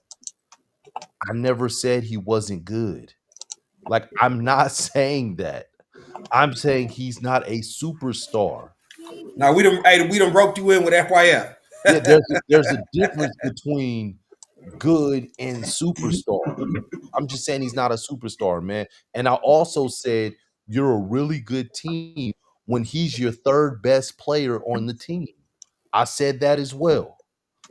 I think that that's what he'll be. He'll be the third best player on a team, but he'll be really good because he'll be able to pass. He'll be able to give you some scoring. He'll be able to play defense, play in the passing lanes, get weak side blocks. He'll be able to do all these different things and show his versatility. where he's good at so many things, but not great at that one thing. I think he has a hell of a motor. Like, so I hope I'm wrong. I really do. I I hope I'm wrong. I hope Flat goes in there. I hope he kills it. But I see him as averaging, anywhere. So his first year, I say about 13. I see in his peak, maybe 18 to 20 a game. In his peak, his prime, 18 to 20. But I see him averaging about 13 this next year, and I think 13 is good next year. FYF, did you see Bankero as a pattern player when he was coming out of the draft? Paolo Bankero, did you see him as a pattern player? And then FYF, I'm trying to get this link to you. I think the best way might be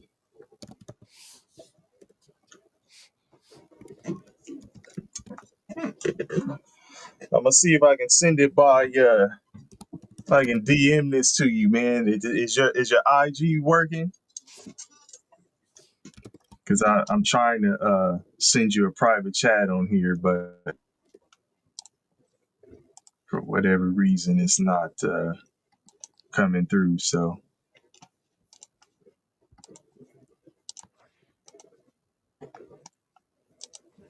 While we have a down moment, let me try and address some. I think Al sucks at mock draft. Al sucks at mock draft. We might have to get together for football season and do something, man. Because I've seen some of your a little bit of your content, man, and I don't know. We're gonna have to make it work. But we were talking about the Brock Purdy deal that happened with the 49ers. 49ers signed him to a 5-year, 265 million or something, or 256. I can't remember. I'm dyslexic. But they signed him to a 5-year deal for about 53, came out to like 52 or 53 million dollars a year.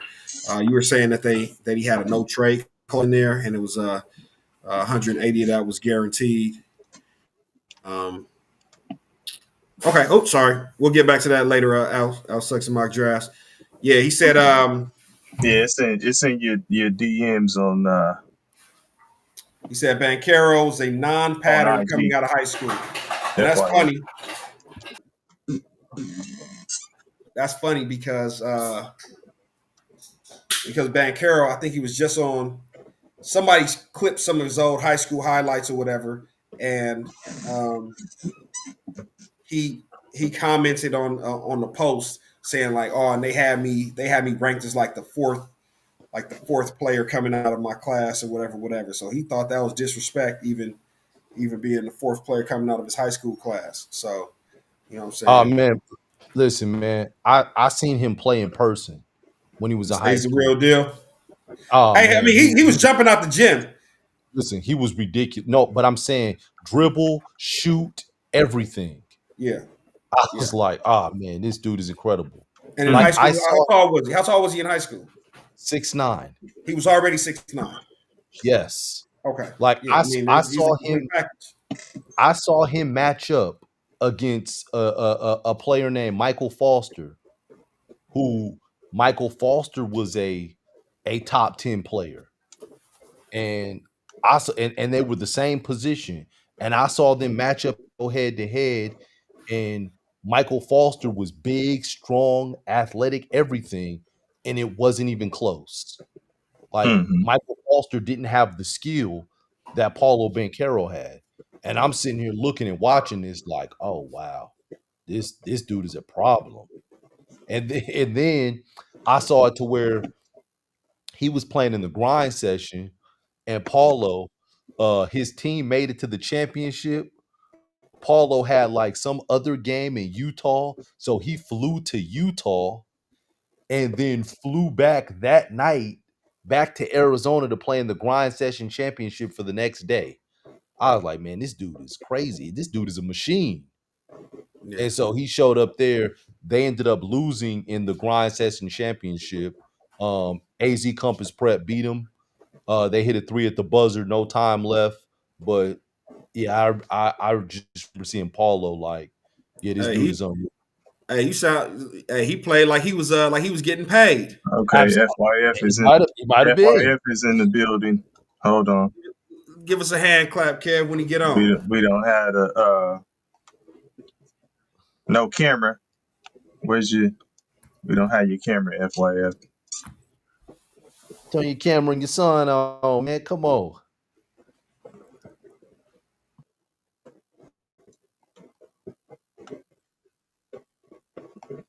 Okay, we hear you, We can FYF. hear you. We can hear you. We can hear you. We hear you. Yes, indeed.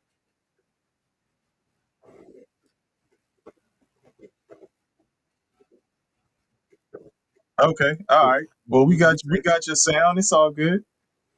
Yeah.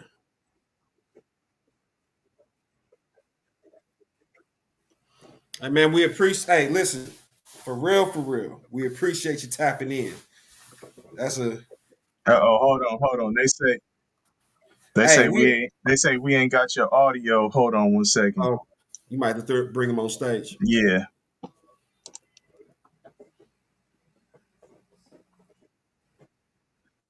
No, you good. It's all good. We'll just add you down at the bottom here.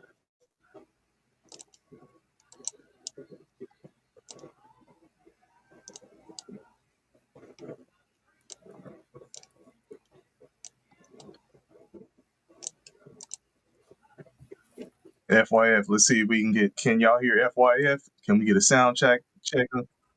Can y'all hear FYF chat? Yep. We can hear you fine, but the chat is saying they can't. KP, we can hear him. Oh, Yeah, we can hear him. Like, yeah, we yeah, we can hear you. No, they still can't hear you. But I'm winning all the arguments because they can't hear him. Right. Like, man, he's speechless in here. He ain't saying nothing. But while DP's trying to get it set up, man, we do appreciate you, man. Like, for real, no doubt. indeed. You know what I'm saying?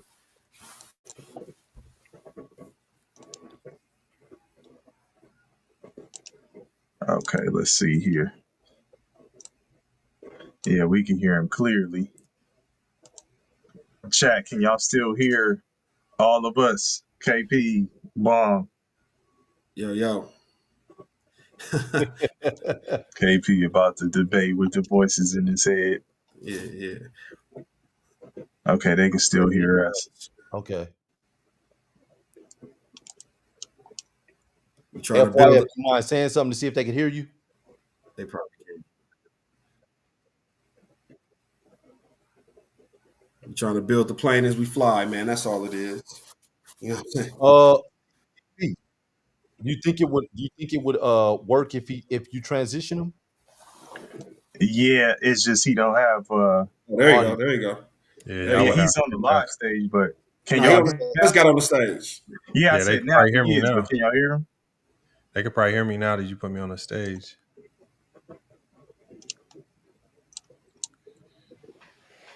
Can y'all hear FYF chat? Yeah, okay, cool. All right, we good to go. All right. Yeah. Welcome, FYF. We don't have a camera, but no doubt we appreciate this. So man, you said drop the link, you gonna let him know. So hold on. What did you want me to touch on first? The Cooper flag you telling me that? No, you was telling me. Oh, well, I mean, we could talk about Ace the Cooper Bailey. flag. Let's go straight to the Ace Bailey Dylan Harper situation, because that was I definitely disagree. I'm gonna take the class off of this, man. I got a simple formula, right? And I try not to overcomplicate it, because the one thing that college basketball has shown me is it's not complicated. And the one simple formula that works, and you might have a few outliers, but the one simple formula that works. If you look at Norris Cole at Cleveland State, if you look at Steph Curry, CJ McCollum, I'm talking about even low-level NBA guys. When you put an NBA caliber guy on a college basketball team, it automatically, instantly almost translates into some level of success. Like when Norris Cole was at Cleveland State, they upset Purdue.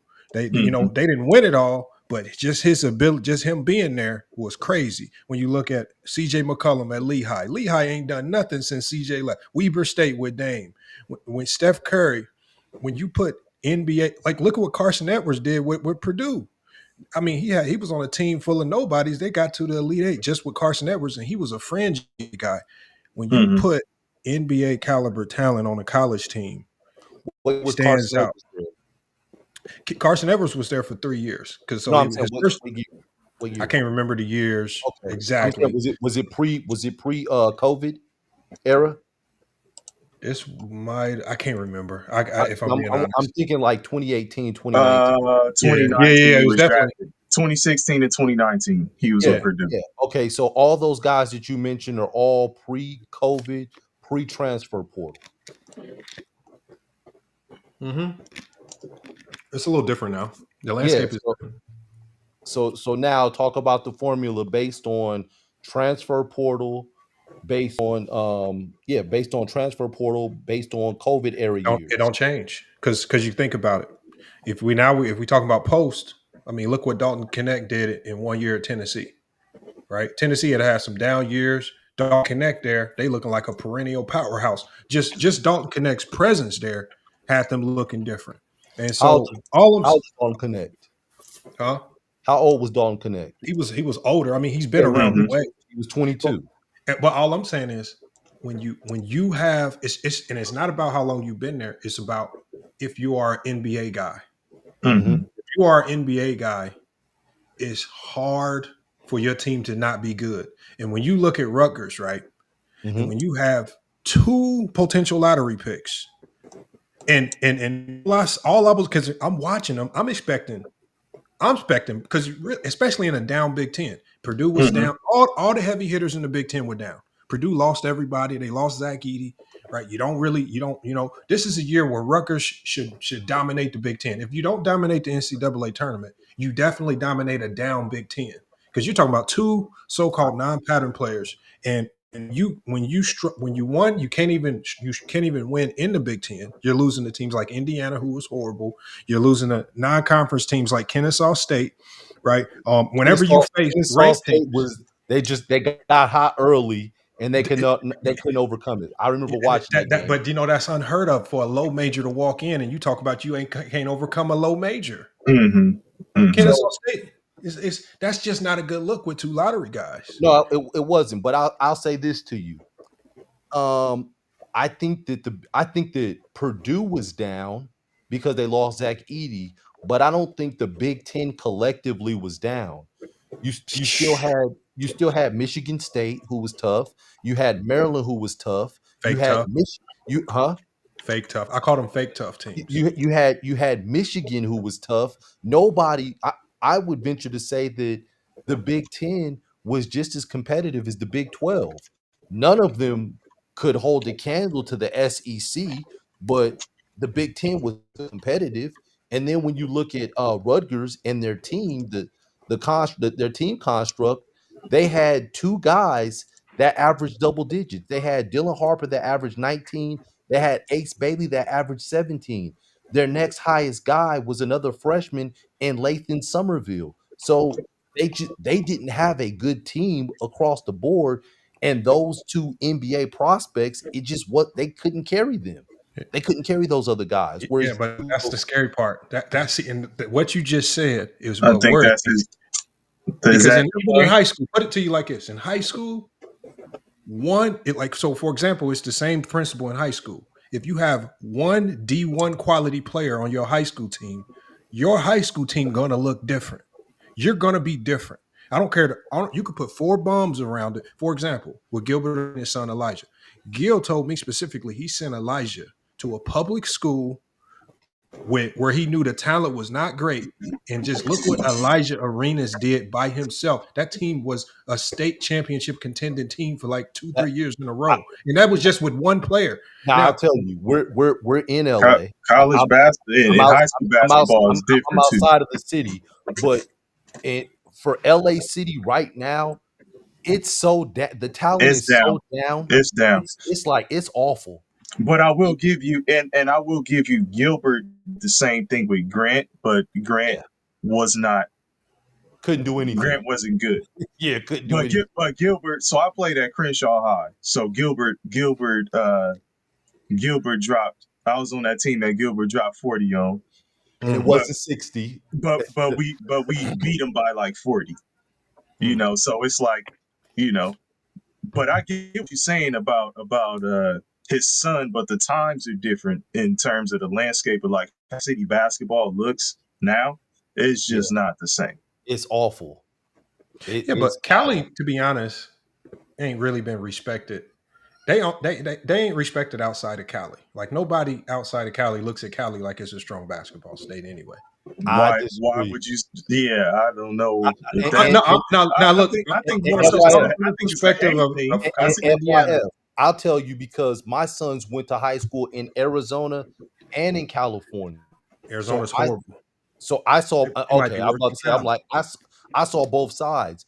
Arizona gets some respect because of the prep school situation, but most local schools, you got about 4 competitive local schools, if that. No, Arizona's horrible. Yeah, the prep schools are fake schools. I mean, to me, the prep school is what's ruining high school basketball. The prep circuit is horrible.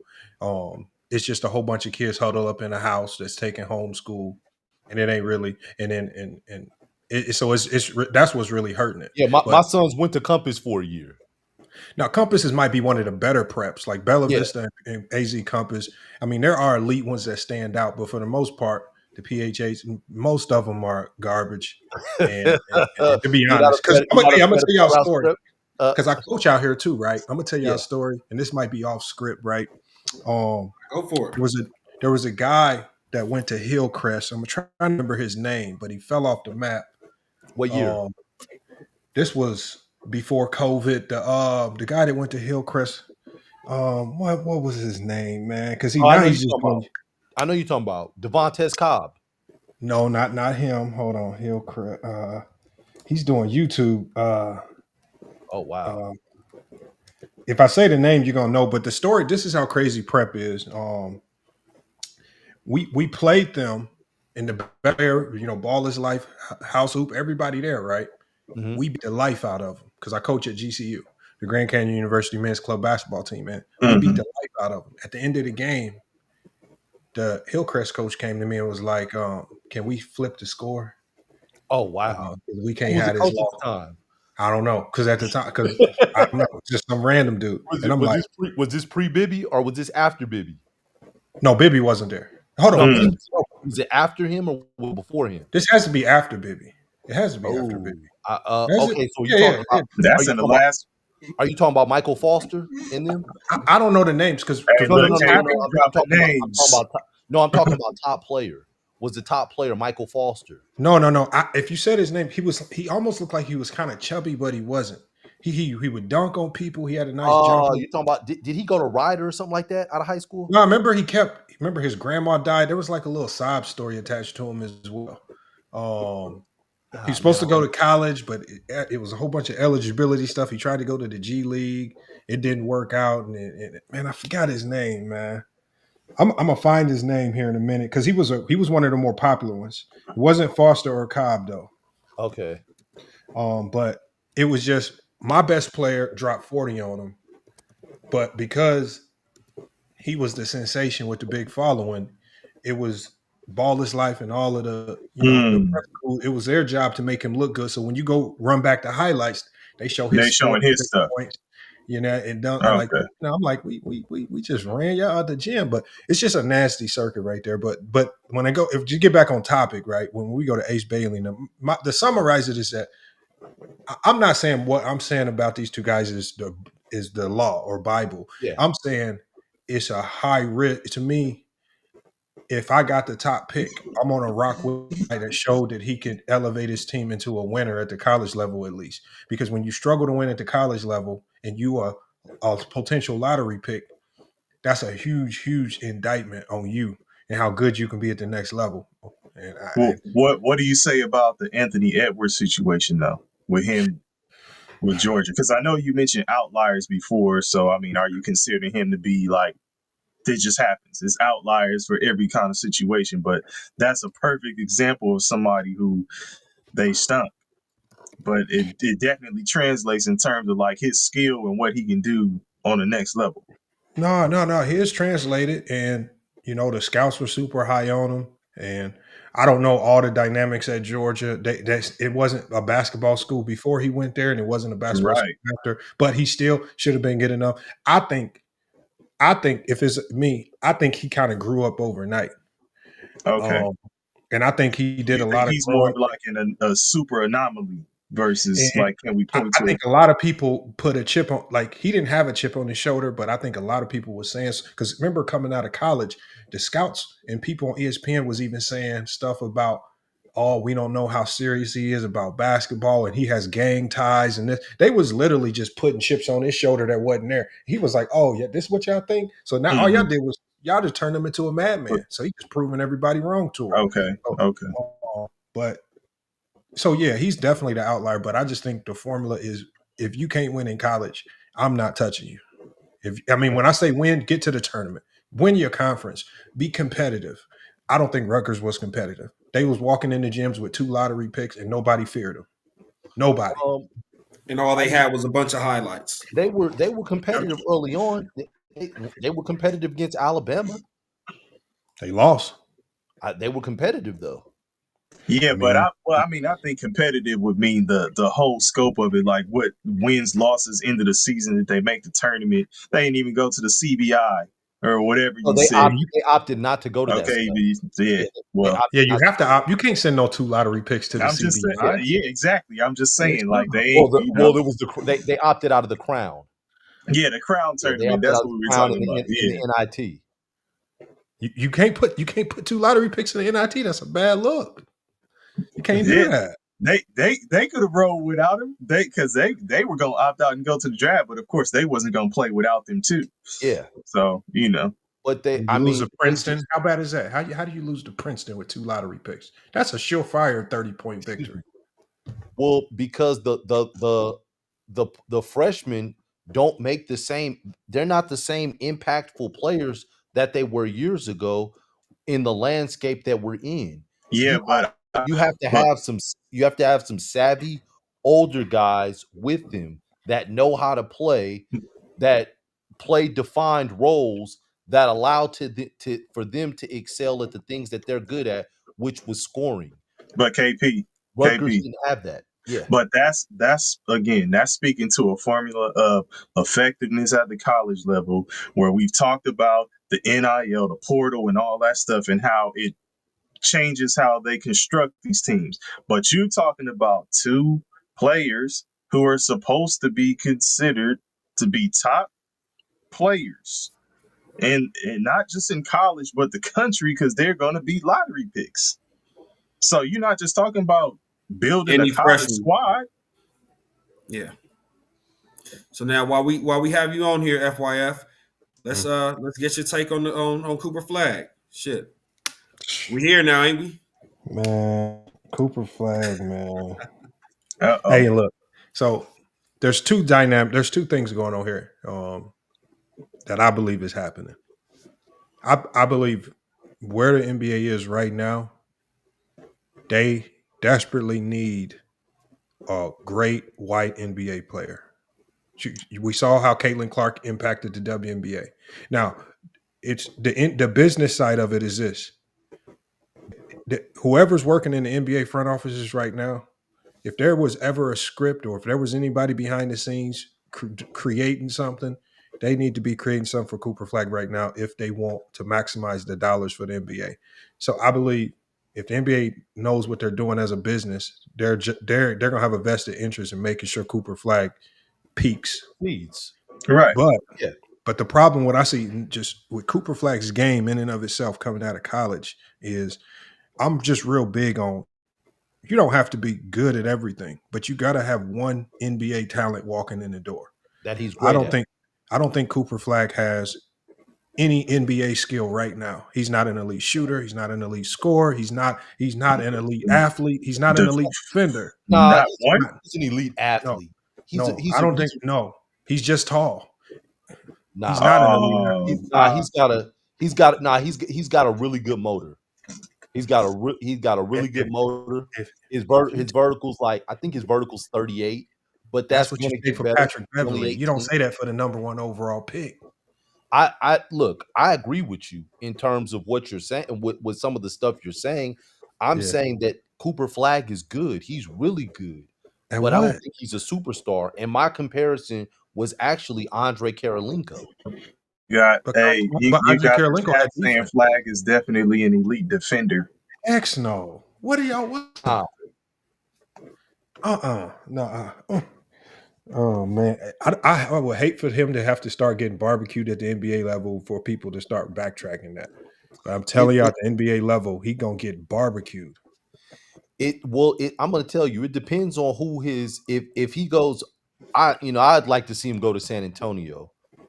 In San Antonio, he's got rim protection behind him. He's got some of the backside help behind him. I think it would allow him to press up and take more chances as opposed to, having to play a little bit more conservative. It's not there at Dallas?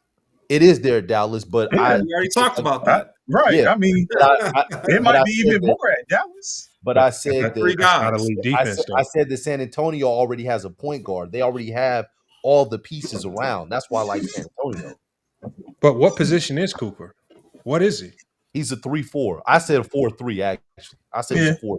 He's too little to be a deploy 4. him as a 3-4. He's not. He's not good enough skill wise to be a 3. He gonna get if he has to guard threes. He is over with. He can't guard Brandon Ingram's, the KDs, none of those guys. He gonna get tortured. And you feel like they can guard him? Yes. Yeah. Yes. Yeah. He doesn't shoot the ball well enough. Slow. Doesn't handle the ball well enough. Can't shoot the 3. Yeah. Right. Here's the. I want y'all erase all the numbers. To me, and I try to look at the small things. The problem with Cooper Flag to me, everything he did at Duke, it looked too hard. When he played even bummy teams, when he drove in to score, it looked like he trying with all his might to do all this stuff. Like when he got the Julius Randle. When you see a really good player in college, it looks too easy. So think about. I'm just go to another player last year. I'm trying to think another player.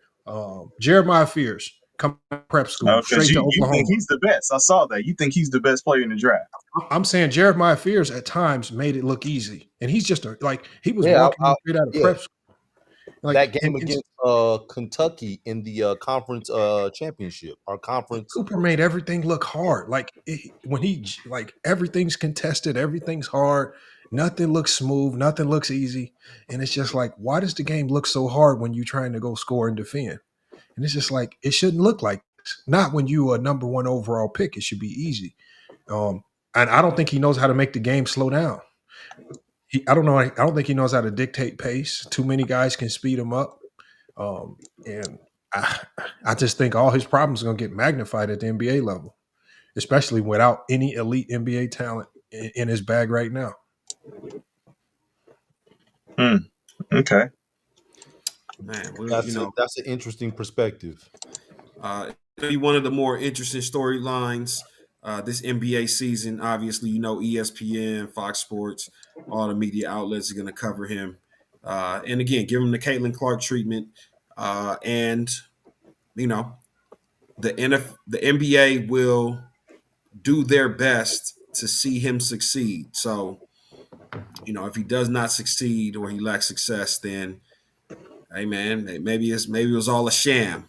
He's getting drafted #1.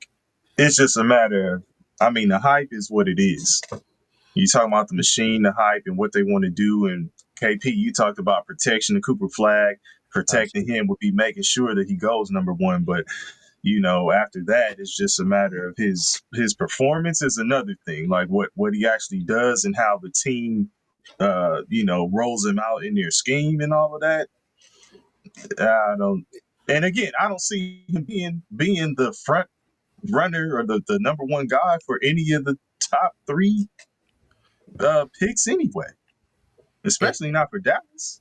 And FYF, I honestly think To a degree, all the top 3 players needed protection. The NBA knew that and understood that, and that's why the order of the picks are the way that they are. Like none of them have to go to a Brooklyn to where they're the face of that franchise and they're seeing double and triple teams and it's sink or swim right away. You got somebody's going to Dallas, somebody's going to San Antonio, which San Antonio is going to be good soon. It's not going to be pressure on them to succeed right away as players. And one of them's going to Philadelphia.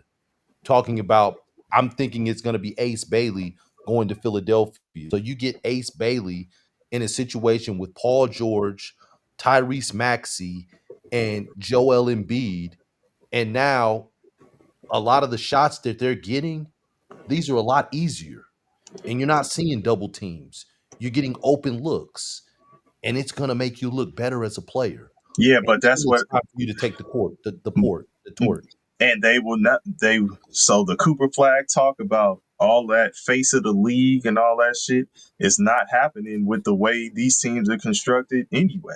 Like he's not gonna even have the opportunity to get loose like that and show you all of that type of stuff, like carrying the team and all of that kind of shit. Because the top 3, it don't call for it. And that's not even the top 3. He's going number 1. So Dallas, he ain't gonna be the number 1 guy in Dallas. He's gonna be a role player. That's AD. I agree. No, I agree. Yeah, he's gonna be a role player. I agree. But I think the guy nobody talking about though, who to me has the NBA body, he looks the part. He has an elite skill coming in the door, but nobody talking about him is VJ Edgecombe. So I like his game. I ain't gonna lie. Here's the VJ. He doesn't shoot it good enough. But he not an he elite got shooter. NBA defense walking in the door. He's an NBA defender right now. Is he 3 and D? They're No, saying or just he ain't got straight the 3. He ain't got the 3. Yeah, that's what I'm saying. So it's gonna be straight. What is he about 6'6", 6'5", 6'6"? well, He's 6'5" 6'4". with shoes. Yeah, 6'5", Okay. 6'4" barefoot. Yeah, his NBA comparison is Victor Oladipo. I like his athleticism. I do, but that's all he really has right now. FYF, what makes you say? Because I saw you say that Fears was the best. What do you like about Edgecombe? Well, I like Aside from just Edgecombe defensive. is intangible. So Edgecombe has stuff that Fierce could just never have. Mhm. Edgecombe has the size. He almost looks like he has natural strength, right? He has the defense. So he has just with the wingspan and some of his just natural intangibles. Those are just kind of characteristics. The long arms. It's just kind of characteristics of how you can be a great defender if when you can naturally have crazy long arms, when you have almost a 7'6" 10" wingspan. Nah, Just it's not. Come on, it's not that long, man. You put a little bit more on it. No, I'm not saying. But what I'm saying is, I'm sure if we did his measurements, his wingspan is up there. It's 6'8.5". It's 6'7.5". Excuse me, and 6'7.5". that's pretty good for a guy that's what? Where does he stand at? 6'3", 6'4" barefoot. No, they want a +4 wingspan to height ratio. That's what the NBA looks for. He's not even a +4. Like I say, That's I not don't a- think that's not a where they +4. got his height at. Where's his height at? Barefoot, he's 6'4". 6'5". Yeah, They barefoot. list him at 6'5". Yeah, but I'm saying I'm just saying barefoot because if we're trying to give him an accurate barefoot, He's 6'5" barefoot. No, he's 6'4" No. barefoot. Okay. So if we're trying to give him an accurate barefoot to wingspan ratio, is 6'4", is 6'7.5". So that's not crazy. In a league that wants 4-5.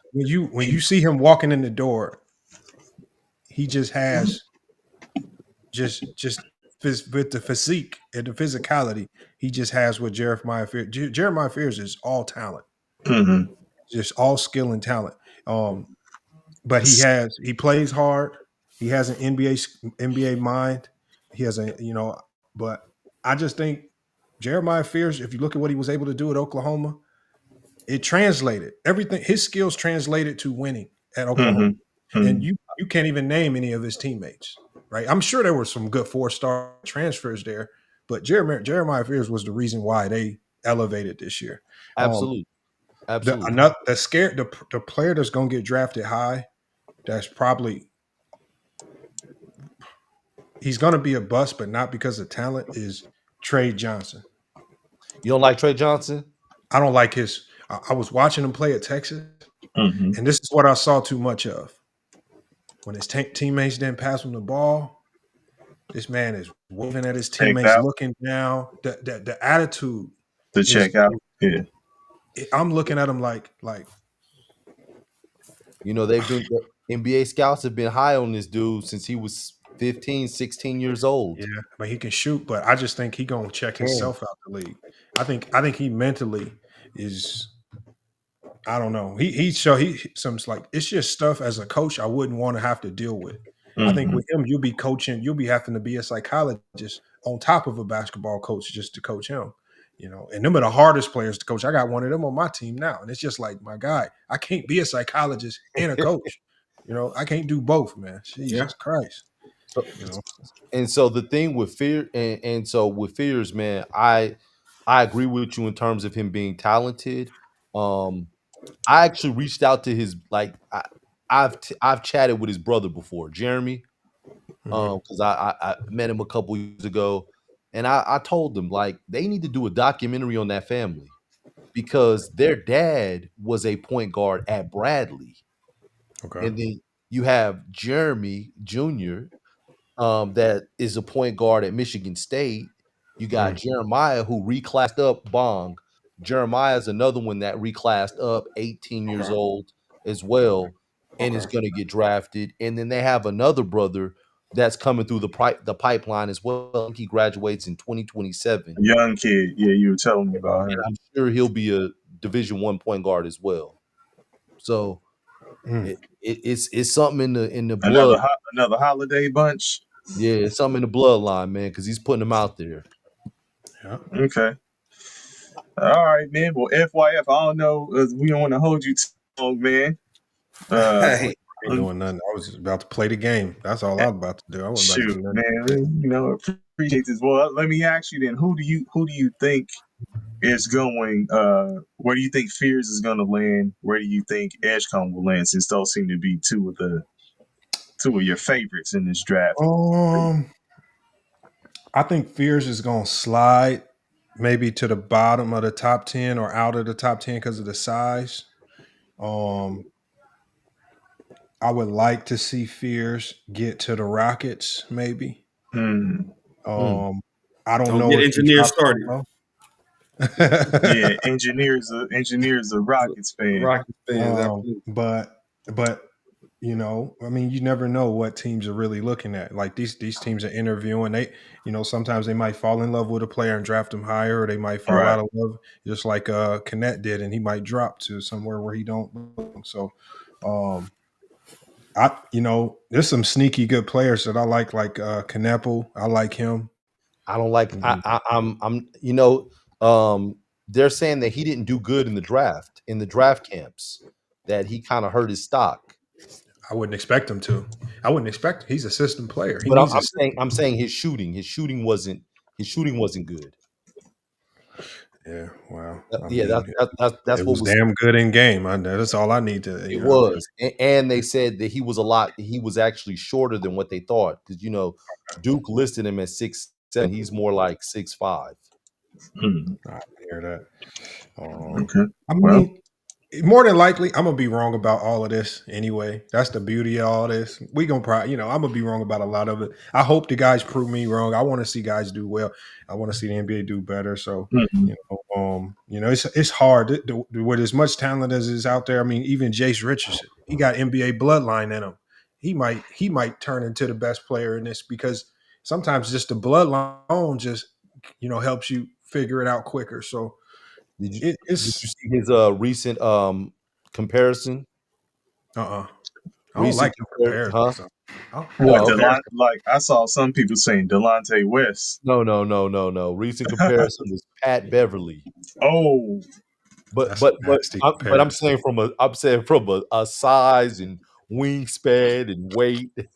So yeah, that was the recent comparison. But they, it was said that Jace Richardson, as good as he was, and I saw Jace Richardson this year, as good as he was, they were saying that his height may work against him because he's really only about 6'2". okay. So you had a And I mean, question. not and more so. I don't know. Can he run a pure point guard type style? Which I mean, you don't really need a pure point guard anymore. But let's see. What do you think, guy? What do you guys think Portland ends up with in the draft? Oh, that's my team too. You a Oh, Portland you fan? a Portland fan? Yeah. Okay. That's the funny thing about Portland is What do they have? 11? Pick 11? Portland has Yep, they have 11. So Yeah, they Portland got at 11. this stage, they need to just trade picks because they don't know what to do with what they got right now. They got too much going on. I mean, you got four centers. Man. I mean, you got Aiton. I mean, I don't know what they doing, man. Yeah, you got You Aiden, you got Clean Kong. You got Simon and what's his name? You got Simon. You got two guards. I mean, I just No, you got 3 guards because you got Shaden as well. Yeah, Shaden Sharp. Yeah. I just don't know what they're doing. I Who don't know. is a ridiculous athlete. Like you talking about athleticism, his is ridiculous. They needed Cooper the most. If any team needed Cooper Flag to kind of be like a piece that kind of fixes everything because he can do so much at different positions, it would be Portland. But so you would welcome him to your squad? Oh yeah. I'm welcome him. I'm a welcome.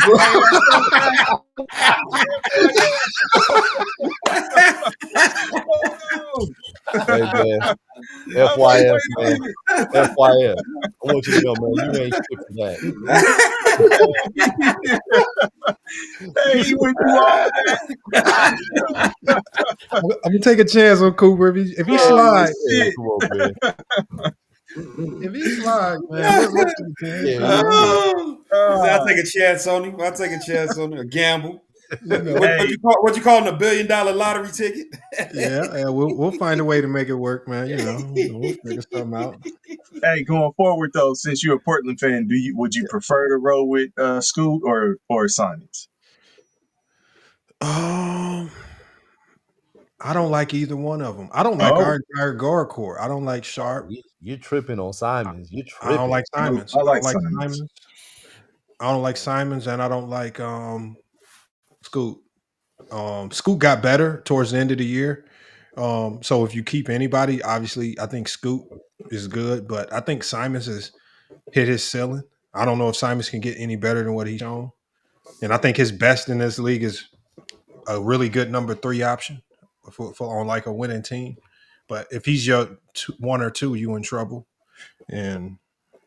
But that's about. I mean, I just think Simons has a ceiling, significant ceiling, and it's time to just start moving pieces around. He's been there long enough. I mean, how much more do you need to see? He dealt with some injury though. I mean, but we still if you're a Portland fan, we've seen this Simon thing. We've seen it. We've seen enough of it. It ain't really gonna amount to nothing. It ain't gonna happen. I mean, at some point you believed in him because you paid him. I mean, yeah, they paid him. I didn't pay him. I wouldn't have paid him, but I would have traded him a minute ago. But Portland has a track record of giving out horrible contracts. I mean, if I run down the list of some of the contracts we didn't give guys, y'all laugh, man. That ain't the track record. They got the track record of fumbling the number 1 pick or the number 2 pick. That's the Portland track record. Yeah, but you got to give them at least this. In the moment, without hindsight, it was the right pick both times. No. Yes. Oh, the Odin pick? No. The Greg Oden pick was the right pick because Oden coming out of college was the clear cut way better than Durant. No. Clear cut. It was No. not even close. And I'm from Indiana. I played against Conley and Listen, older. You're right. It wasn't close, but it wasn't close in favor of Durant was that much better than Yes. Greg Oden. Well, then you're saying that much better, but then it comes down to you got a 7. Well, Durant is about 7 feet too, It- but I don't know. I Brandon I Roy even can't said it. He argue. said if we stay healthy, we win a championship. Like when he was Yeah, there, they knew how good he could be. I mean, he just was hurt. Like you can't predict that. Like it's just hard. That's one thing. I can only just address your talent. If your talent's there, I got to draft you. I can't draft you based on I think you might get injured. You know, yeah. I'm not mad at the Oden pick. even with Bowie over Jordan. I mean, it's just like at the in the moment, what Bowie was doing out of college, it's just like, okay, we need a big. We got Clyde in the moment, but with hindsight, it just looks bad. They got a lot of hindsight draft picks that just look crazy. You know, but didn't Sam Bowie wasn't he injured and didn't he miss a year in college? yeah. Yeah, it was like he had already missed a year. But they're looking at it like they should have probably took Clyde Drexler's advice because Clyde Drexler, along with Bobby Knight and a whole bunch of other people, said, "Look, man, we'll make it work with MJ." You know, Yeah. I would have probably listened to Clyde, my star player, but I mean, that was a big that time at a game. The big man was the king. I mean, but you're talking about a situation in the 80s where this dude had fractured his fibula. Mm-hmm. So it wasn't a guarantee that he was going to come back and be the player that you once saw that he was.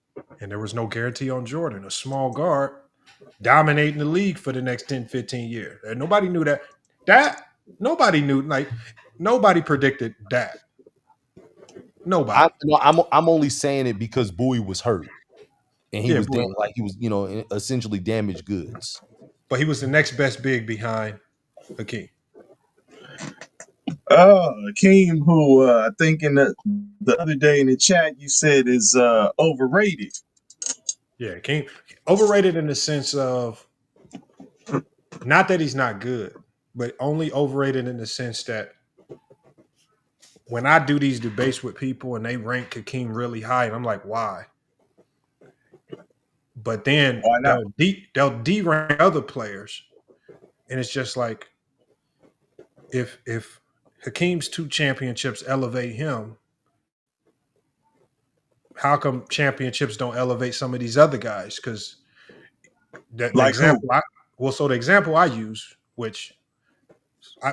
so I'm not even gonna say names, okay? Other than Hakeem, we're talking about 2 players, right? Obviously, Hakeem and another player. Both of them were top 5 in the 90s. But the second player, who had just as much playoff success, who is all-time great, has more championships, right? If it's about winning, In the we're talking same about a lot of, Diesel? You talking about Shaq? in the same no. state. In Oh. the same state. Keep going. No, they're not in the same state. No. Oh, okay. So no, it would be Scottie Pippen. What about him? what are you saying? Scottie Pippen was consistently top 10 in MVP votes throughout the 90s. He Can I stop you? Can I stop you before you continue? Mm-hmm. Because before you say whatever you say, I would say Scottie Pippen wasn't the lead guy.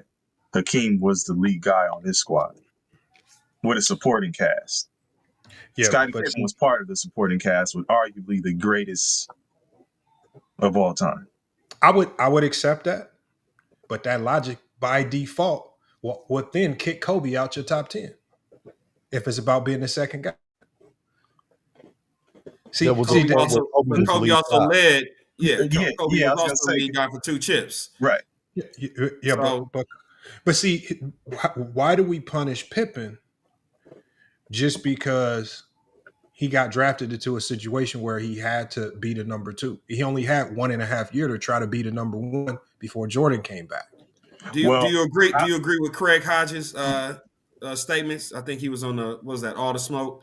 He was on the All the Smoke podcast where he talked about Pippen being where he But was smoking all the that, smoke, and then he was He talking. wasn't smoking all the smoke. I understood what he What do you was saying. say? Pippen was the better player? No, he said yeah, Pippen was naturally more talented. I think that's what he was trying to get across. It was basically saying that with Michael Jordan, they handed Michael Jordan the keys early, so that helped his confidence. Would help, which also helped translate to his success. Whereas Pippen, he wasn't handed the keys; he had to work for it, and he still continued to excel. So he's saying if the roles were reversed and Pippen were handed the keys like Michael Jordan was handed the keys, that we would have saw Pippen excel and do just as good as Jordan, or if not better, because he was naturally more talented and he was taller than Michael Jordan. I mean, if you think about it, look at what Pippen did in '94 with, remember, you remove Jordan with no replacement other than who was the guy? They brought some bum in, Randy Brown or something like that. Dang, they got to And be a you have bum. no Jordan replacement. Shout out to Randy No, Brown. but in the sense of in the sense of, for example, like most of the times when you lose a guy that's averaging 30 a game, like let's say if you trade him, you And bring in replace. somebody that Yeah, literally no replacement. 30 yeah, points just gone out the good door. And there you got nobody on the bench that can give you anything to supplement it whatsoever, other than Tony Kukoc, who just got here. yeah. And that's all you do. Pippen gets this same team to 55 wins. This same team a shot at winning another champion. This is only his first attempt at trying to win a title by himself. This is just one. If you look at Jordan, had multiple attempts to try to win a title, right? He failed a whole bunch of years, right? That fizzled out where things didn't work. And Pippen had one go around at this with a very sub roster around him, right? When you really think about it, because they lost a little bit, including Michael Jordan. So Wait, how many years was Pippen in the league at that time? in Uh, '94, he came in I'm at '87. gonna say about 6. 6 years. Okay, so Jordan in 6 years was doing what? That would take him to 90. He got the title year 6, I believe. 90, Yeah, 91. but do you believe in 90? For example, let's say in 90, 91, right? Let's say if you remove, let's say Scottie Pippen goes down at the beginning of the year with a knee injury, he out for the whole season. Does Jordan still get the chip? In Could he even 91, come close? Maybe not, but does he make as deep of a playoff run as Scottie Pippen? That's tough to say because he couldn't win a playoff game without Scottie.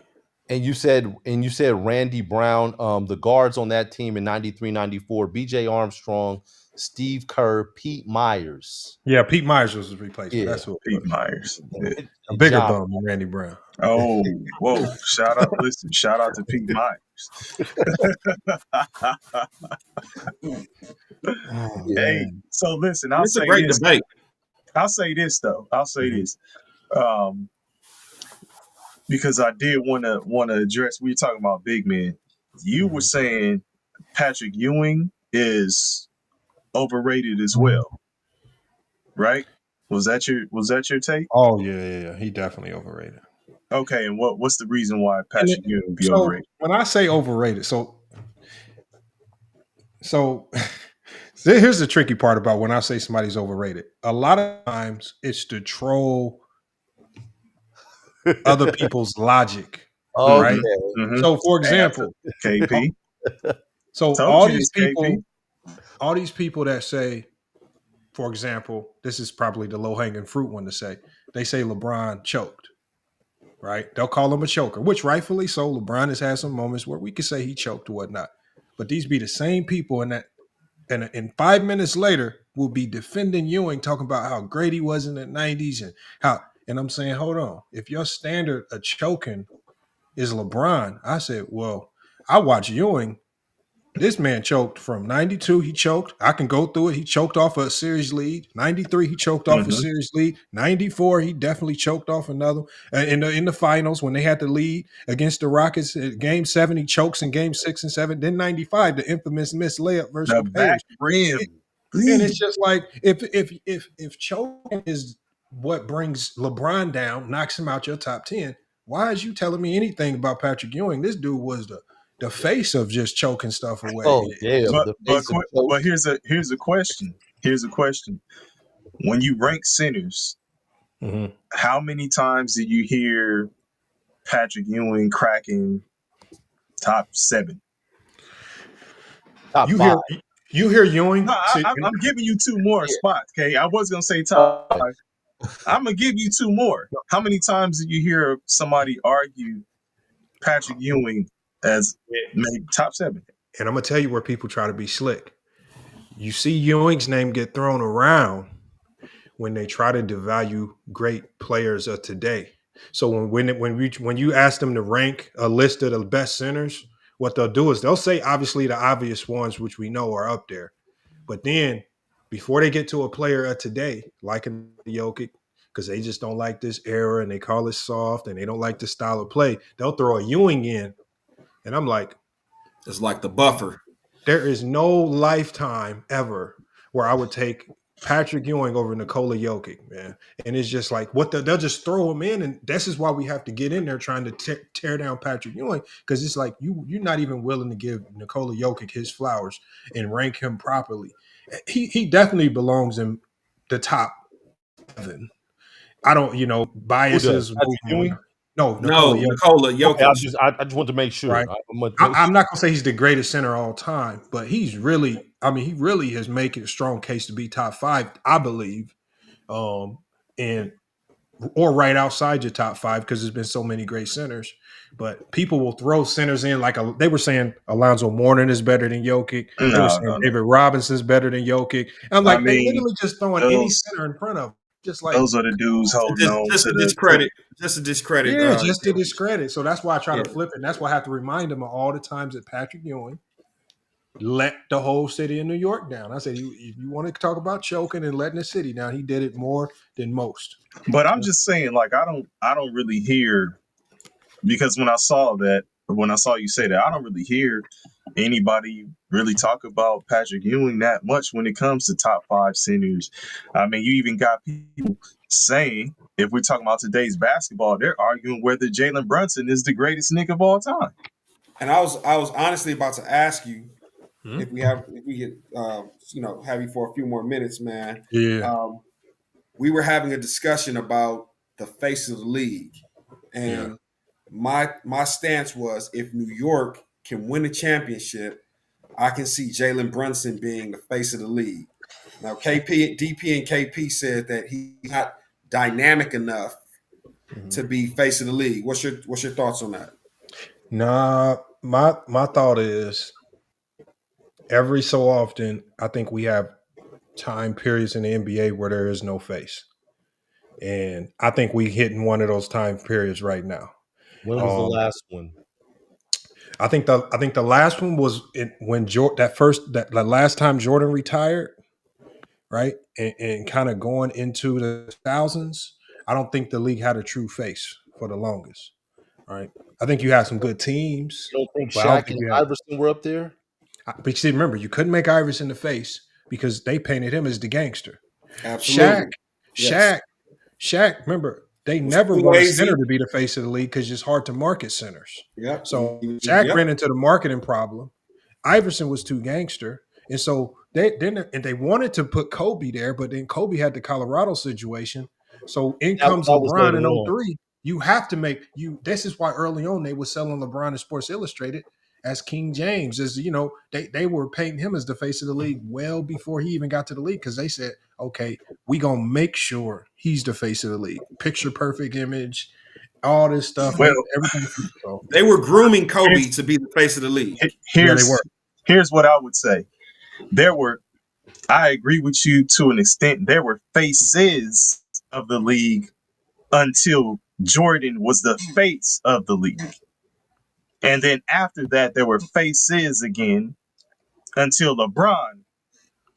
But LeBron didn't even hold it solely because you had the LeBron Curry situation. So I would say they try to throw Curry out there too.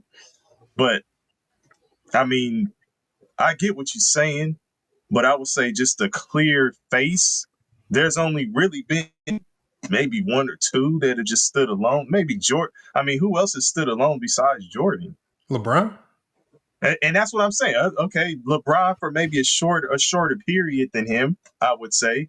But outside of that, But remember, y'all, the face of the league narrative has only been significant after the 80s because it took Magic and Bird combined to save the league.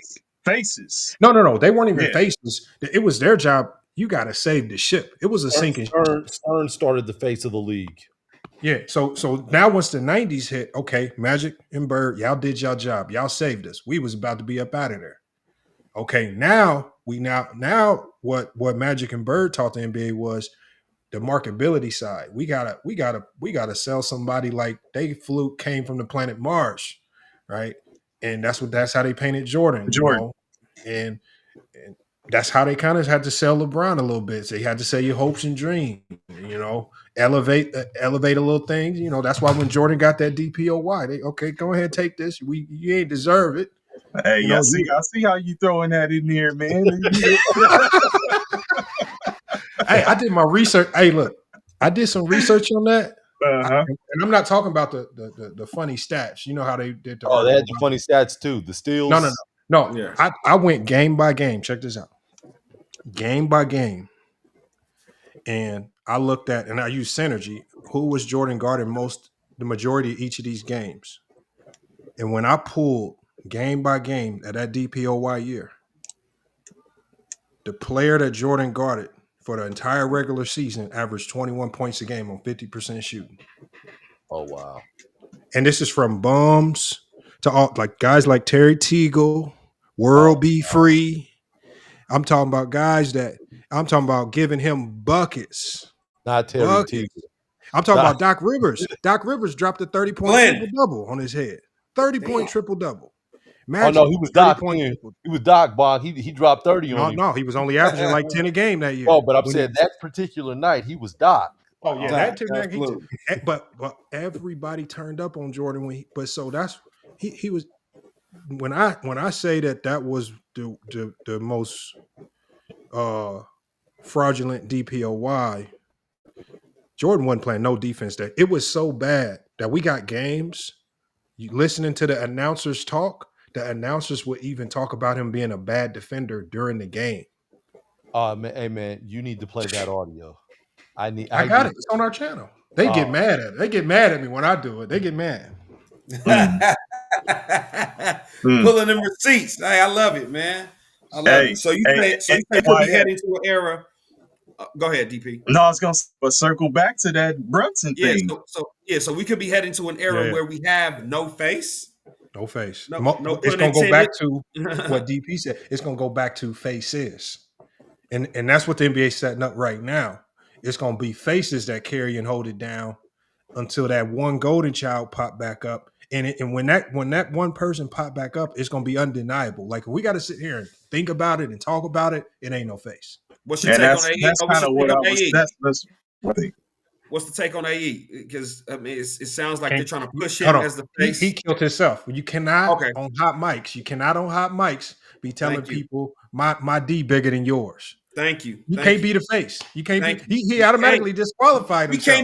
We can't even trust you. We can't trust you. But you know, listen. Let me say this. I still think he's gonna be the face. Listen, I'll say this though. He does stuff like that because he don't want it. Yes, I agree. He don't. He got, he's smart enough to know what he's doing. Wanting it, when you're chosen, it doesn't matter. Not true. Not if you do that kind of stuff, dog. He said on a hot mic. He said on a hot. Like, first of all, he has the allegations going around about the kid, and there ain't no allegations. He paid. No, but you can't be the face with that. You can't be the face, man. It's over with. Yeah. You know, he could be the villain. They definitely would love to paint him as the villain, as the bad guy. I mean, they already got Ja Morant if they want a villain. You know, these dudes want to be AI. They want to be the AIs of the league. They want to be the Iversons of the league, right? And you know, where a lot of these dudes come from, I understand it, but there's something honorable about being the face of the league, and I just don't think. I think it may be more so the pressure to succeed, and maybe the pressure that comes with it. They see the scrutiny that LeBron goes through in his day in and day out for the last since he stepped foot into the league. You know what I'm saying? He was expected to years. he was expected to succeed right out the chute.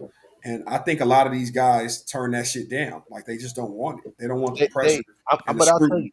even with Braun, they swept stuff under the rug with Braun. Like there was some stuff that came out. I'm saying there was some stuff that came out in Vegas when he was young in the league with some strippers and the way that him and his entourage was acting. But again, that's what's if you've taken the mantle and you do the right things in front of the public eye, when the camera's on, you always saying the right things, you always projecting yourself as the face of the league. Everything that comes with it, we got the lawyers to sweep things under the rug. We can make things go away. That's our job, to make sure that things never get out that we don't want to get out. If you don't get too out of hand, you got to some degree have some decorum and some kind of shit to put some shit in the box. If you just don't give a fuck and you say what you want and do what you want, you ain't gonna be the face of the league, dog. It's just it's just too much. Anthony Edwards is gonna go into the transformation chamber. Hell nah. Then he won't be in Edwards no more. And drink that elixir. And because part of what makes him Edwards is his persona now. Like, exactly. That's his stick. And it's just you see Adidas is marketing the fuck out of him in that role. Like I don't give a fuck type role. Like that kind of having an edge to him. But what I was saying about Brunson, again, I'll just reiterate. I was just saying Brunson is more workman-like. He's like, no pun intended, but strap on the Timberlands and go, stomp the grounds. Like that's just what that appeals to New York. Like I think his pinnacle will be the face of the Knicks and not the face of the league, but the face of the Knicks. So I don't know. I don't see anybody could be the face of the Knicks though. The Knicks. Oh, see Bong. Well, Bong. Anybody can be the face of the Knicks, B. My thing is this: as I'm wearing my New York, my pay bullshit. But if they win a championship with Brunson as the face of the Knicks, I think there's too much star power. There's too much money. There's too much prestige out of the New York area that they can literally push him into being the face. That was my argument. They're gonna treat him like Chauncey Billups. No. Oh, wow. No. They'll get a little bit more love than Chauncey. Don't forget about 2 years. Oh wow. No disrespect to Chauncey, but if he wins a championship in New York, you said they're gonna treat him like Billups? They're gonna treat him like Chauncey. They're gonna forget about him when he's gone. They're gonna do all that, man. Yeah. Hell no. The Knicks fans already forgot about Ewing. This man treat him like Chauncey and Menace to Society. I seen Ewing having to check in with security at the garden. No, they're gonna treat him like Stop Ewing and say, "Who is you?" Hey, like, they be disrespecting Ewing for sure. But you can say what you want, but Ewing never won a chip. He never won a chip. It makes a difference. You win a chip. They haven't won a chip since the 70s. You win a chip, your name is Brunson. You'll never pay for a meal again in New York. You'll have all the amenities that a New York Yankee. So he gets the Phil Jackson treatment? Hell yeah. He gets the Kawhi in Toronto? Absolutely. No, he won't, bro. Y'all gonna forget about him as soon as he tears his knee up. Bro, he a small guard, man. He's not gonna. I don't think he'll ever tear his knees up. He doesn't play that type of style. Well, yeah. I don't. The most he'll do is roll an ankle. But he has surprised me. To me, he has been best surprise of this playoffs because when he was playing the Celtics, I even had to sit back and I had to ask myself, is he the best player in this series? Because he looked better than Tatum. He looked better than Brown. He looked better than Porzingis. And he is, hands down, the most clutch player in the league. I don't want to see him in the last 3 minutes of a game. You mentioned 3 guys that he was better than, but 2 of those guys were beat up. Porzingis. Yeah. KP, don't do that. Don't do that. Don't But do it's that. There's true. no excuse. No It's excuse. I get they were hurt, but Like Brown's knee is messed up. He clearly isn't exploding. That's not the same Jaylen Brown. yeah, I get it, but When I talk about I don't use injuries, man. If you out there hooping, I can't give you the injury pass, man. when I said that Golden State would have likely beat Minnesota if Steph Curry was healthy, you said you don't want to hear it. So I don't want to hear it. If Brown was out there, bro, It wouldn't. Yeah. I'm not talking about him winning a series. I'm just talking about better player. That's all. he's playing ball, ain't he? That I'm just saying that's the difference. Playing ball. You're talking about taking away somebody's strength. Jaylen Brown's strength is his athleticism. And now he doesn't have that, and he's forced to play without it. And he still played. He was still effective, but he's not going to be the best player out there when Hey, his game is predicated on He had a left athleticism. hand, maybe he'd have been better. Like, I mean, he got a lot of flaws even with the injury. I mean, he can't go left. There's a Yeah. whole bunch of stuff. Man, he I can mean, go you left. Come on, man. Preach. He Preach. looking like Jordan out there. Preach. Oh, He looked like the go. What? Can't go left, man. ooh, preach. Well, we'll see. We'll see how they look this upcoming year. Just one last thing on the Brunson thing. Like all respect to Brunson. I sometimes I just don't like watching it because of the foul baiting and all of that kind of stuff. It just it becomes too much for me, man. So I'm just like, him and Jokic will do the flopping and getting it like GA. it's, That's GA. yeah, him to like it's. You have to, though. You have to, though. League. Yeah, it's the league. Hard. It's hard to score. Like, whatever free points I can get, I got to get them because Wait a minute. What era did you play in? Because you said you played the 2000s. Okay. Are you from Arizona? I'm from Indiana. I played at Chicago State. Okay. Yeah. So it's just you got like if I tell this to people, I said for anybody that's and I don't care where you did this, like you could have did it at the YMCA, you could have did it in high school. If you've ever scored 30 points in a game, scoring makes you feel like you done ran 4 cross country meets in a row. It makes you more tired than you've ever felt in your life. Like if you score 10 points in a row in the game. And so for the guys that go out there dropping 25, 30 consistently, I will never knock them for trying to sneak a few points in at the free throw line because you spend so much energy trying to score. It's hard. Like it might look easy, but it gasses you. It gashes you. So I don't drawing fouls. That's what I call it. Drawing fouls is an elite skill. It's called gamesmanship, man. If you get the refs to make a dumb call, go ahead. It's part of the game. I mean, I just think around the time we played too, I was trying to go through your chest. Yeah, and, it was and the get Carmelo Anthony. and finish. The Carmelo Anthony. If they call it, they call it. Great. Yeah, that's kind of how. We playing through it because a lot of the times we didn't get foul calls. Right. I mean, but it's changed to just absolutely try to draw the foul. Like it's more of a show. A hard game. You have to. It's hard. Yeah. It's hard. What? I'm not about to. Who out there is running around trying to score 30 without free throws, man? Ain't nobody. No, not saying that you're not trying to go to the free throw line. That's why you attack the basket. If you naturally attack the basket, you will get fouled. No, you will not. Yes. Or you'll just finish the layup. Yeah. Like Carmelo used to just finish the layup. You have to sell it because if you just look at this playoff, these refs have been holding that whistle. If you don't sell the call and you don't put a little extra on it, they is not blowing that whistle. Does Kawhi sell it? Not as much as he should. Okay, but Kawhi could get you 30. Yeah, and that's why he at home. No, but it wasn't Kawhi. It was his counterpart because he played for the Clippers. Yeah. So yeah, but on Kawhi, you don't blame the number 2 option. You blame the number 1. That was on Kawhi neck. That's him. He got to hold that L. This number 1 option problems when you collapse like that. That's a number 1 option thing. Got to. James Harden had his time at number one. He the number two guy now. Leave me alone. I'm the number two guy. I feel that. That's too much of an escape for James.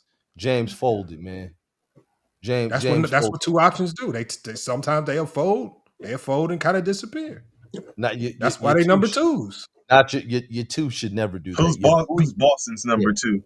Klay Thompson did it all the time. You know how many nights where Klay Thompson would go 3 of 16 from the field with Steph Curry? Not in game sixes. There were some game sixes. He disappeared. There were some times. Yeah, they had that. Oh yeah, who is Boston's number two? Let's go there. Like offensively, I would say Jaylen Brown, but I mean this year Jaylen Brown, but last year Jason Tatum. Didn't Jason Tatum lead the team in scoring though? What, last year in the regular season or in the playoffs? Well, in the playoffs, leading up to the final, before they got to the finals, he led the team in scoring. Well, and I'll say this too, FYF. So when you get to looking at statistics, you already know, because I'm pretty sure I've seen some of your shit. You break a lot of shit down, so you know that can also be misleading. Jason Tatum scoring, you could score 15 points in the first quarter, and then down the stretch, what happens? Like it's right. So I mean, I would say is that carrying the team if you score 15 early and then you fall off late, or Jaylen Brown is taking the lead when it comes to the clutch moments? No, that's just a different role. Like think back to for example, when Tim Duncan played. Tim Duncan wasn't the closer. It was Tony Parker and Manu Ginobili who were closers, right? The role is to close, go close. But Tatum's if you the number one option, okay, but not all closers are the number one option. It's difference between being the number one option. Like for example, when Shaq and Kobe played, Shaq was the number one option, but Kobe was the closer. That's because Shaq couldn't shoot free throws. Still, he's the closer though. Yeah, but Shaq's still the clear cut number one though. But but talking about Tatum and Brown, Tatum's always going to be the number one. And you're saying Tatum was number one to be a closer too, right? Exactly. He should have been. Not always. Okay. You can't see. I don't expect my number one option. Is that what skews the perception of who your guy is, who the man is? I would say, is that what skews the perception because he's not the closer? Because people put too much on clutch. Like the clutch is the most exciting, it's the most exciting part of the game, and so I think fans tend to give the guy that closes more credit than he deserves. Just like my guy right here, Bong, said Jalen Brunson should be the face of the league because he's the best closer in the league. Not just because he's the best closer in the league, but he's you see how he circled back to that? Is he scoring? Hold on. Is he scoring 30? Is he scoring 30 in the last 3 minutes? Like, he's not just the closer or the clutch player, but he's their leading scorer. Right? So if he's just the closer, who's carrying the team until it's closing time? OG's really been carrying them. Against Boston, it was OG. OG had moments, but Brunson still giving you 25 a game. I can't knock Brunson. Brunson doing a little bit of both. He's doing both. But sometimes you can be the number one option, but your job isn't to close. You sound like OG said, whoa. What's Tatum's though? What would you say Tatum's is? If you have to clearly define whether he's closer, number one option, and I think late game they rely on him more defensively than offensively. You sound like you've been reading them Tim Grover books, man. What you mean? You've been reading Relentless and where he talks about closers and all that stuff. No, it's just roles. Like for the way I grew up playing basketball is everybody got a role, right? And if you just better late game, sometimes, okay, like obviously guys like Jamal Crawford, Joe Johnson, like I won't ISO Joe. I don't care who I got on the team. I want ISO Joe to have the ball at the end of games, right? Because that's what he do best late game. Clutch, make and take big shots. And I don't care who your number one option is. It's just sometimes that's just your role. And you got affinity for those moments. And so sometimes your number one option, that's just not his greatest strength. And I don't expect all number one options to be great in the clutch. Which ones weren't though? Let's go over the number. I mean, I know we can't name all of them, but I mean, Joe Johnson was like He was the number number one one for guy. most of the, yeah, in Atlanta, he was number one. Was he? Who else? He was number one in Atlanta. Was he? I know he got paid like a number one, but I don't know if No, he was. he was number one. They had him and Josh Smith. I gotta think back on. Yeah, I'm thinking like because even if we go, you said Brunson, Bong Brunson. I would say he's the number one guy in your closer. Kobe Shaq, Tim Duncan, Manu Ginobili, and Tony Parker both had two different stints as the closer and two separate times. Where Duncan was still the number one option. And I don't even know. I don't know if Duncan shot over 70% from the free throw line at that time either. He was in the high 60s. Yeah. I mean, it just happens. Like obviously number ones are typically great late. I just don't expect it of every number one. And I don't slight you. If you're a great player, I don't put a requirement on you that you have to be clutch. That's a unique skill set to have. But that was one of the knocks on LeBron. It's like he ain't gonna take the last shot. Yeah, but that's always been a lie though, you know. He's been one of the most clutch players in NBA history by the numbers. I mean, you talking about last 3 minutes, last 5 minutes? I mean, you go to last 5, you go to last 3, you can go to buzzer beaters. Every metric, no matter how you pull that metric, like, and I promise you, people on my channel then tried to slice and dice this up to make him look not clutch. And no matter how you slice it, he one of the most clutch players in NBA history by every metric. There's no metric. Prime LeBron, last 3 to 5 minutes, he can put his head down and get to the basket, and it was damn near unstoppable. It was not even damn near. It was unstoppable. So if we're talking about last 3 minutes, last 5 minutes, that's Bron all day. Last shot, I'm not giving that to Bron. I mean, he got more playoff game winners than Kobe and Jordan. I'm not giving. I mean, I would hope so over the course of how many years. I mean, look, I wouldn't want LeBron shooting the last shot either. But if he my number one option, that's probably the best that you got. Like, who else you gonna give it to? In what years?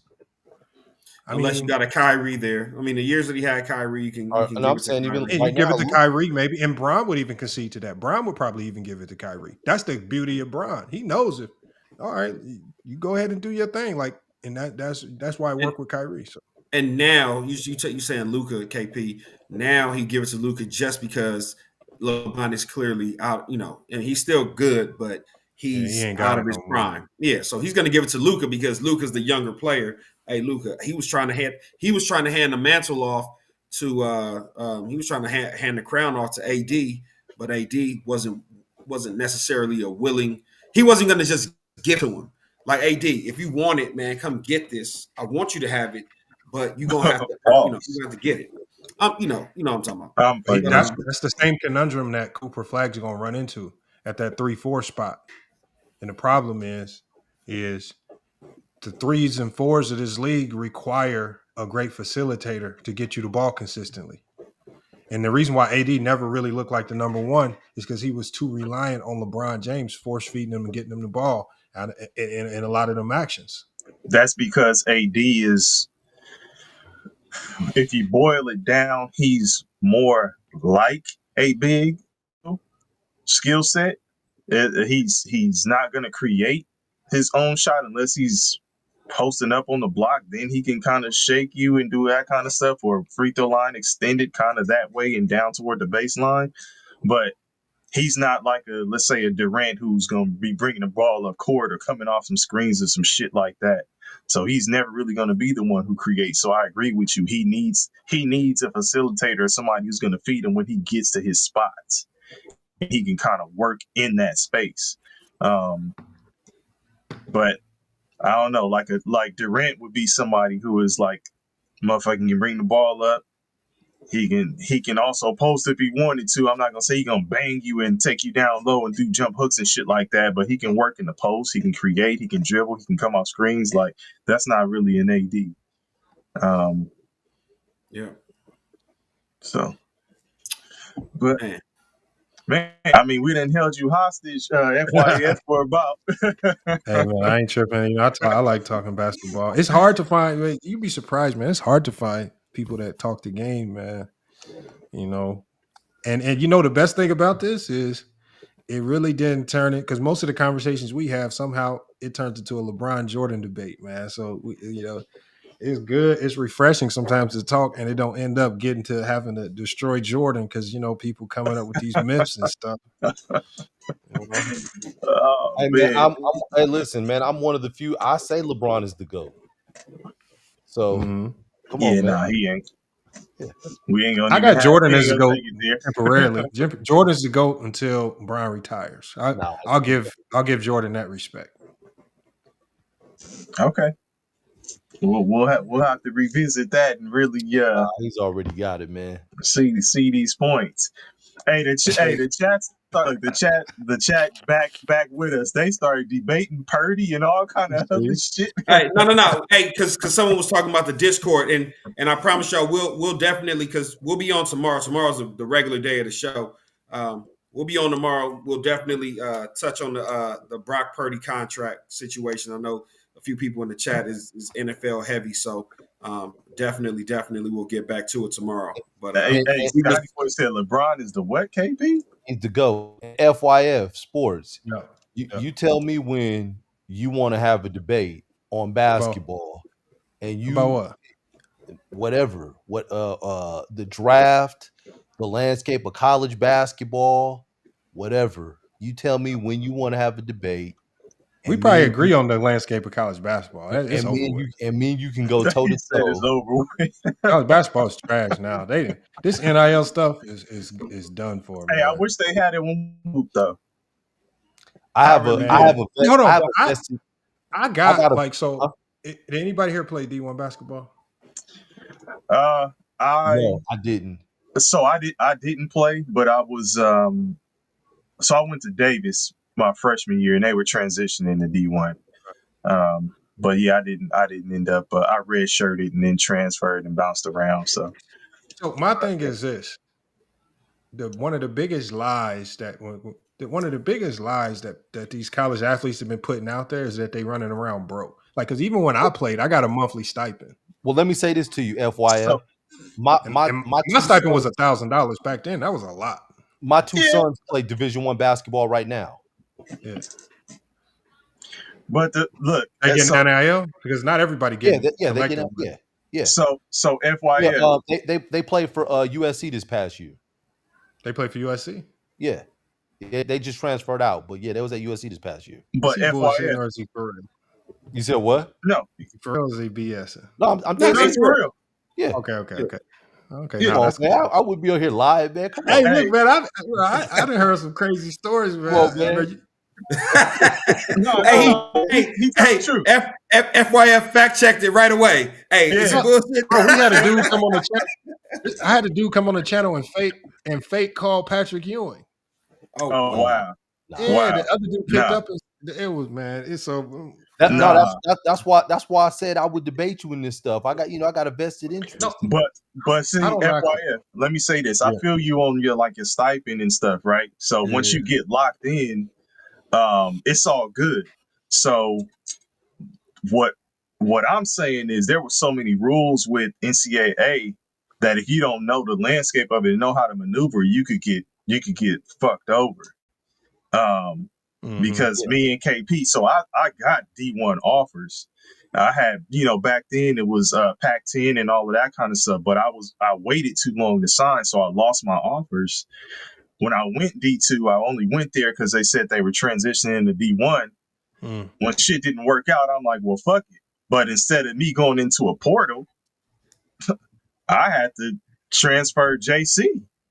Yeah. And at that point, it was like, JC is purgatory, homie. You get there, it's sink or swim. You know what I'm saying? You can't just jump into the portal and say, hey, I'm in the portal now. I'm going to go to another school. So I wasn't necessarily just talking about the money side of it, but I'm talking about like just the maneuverability that these kids have.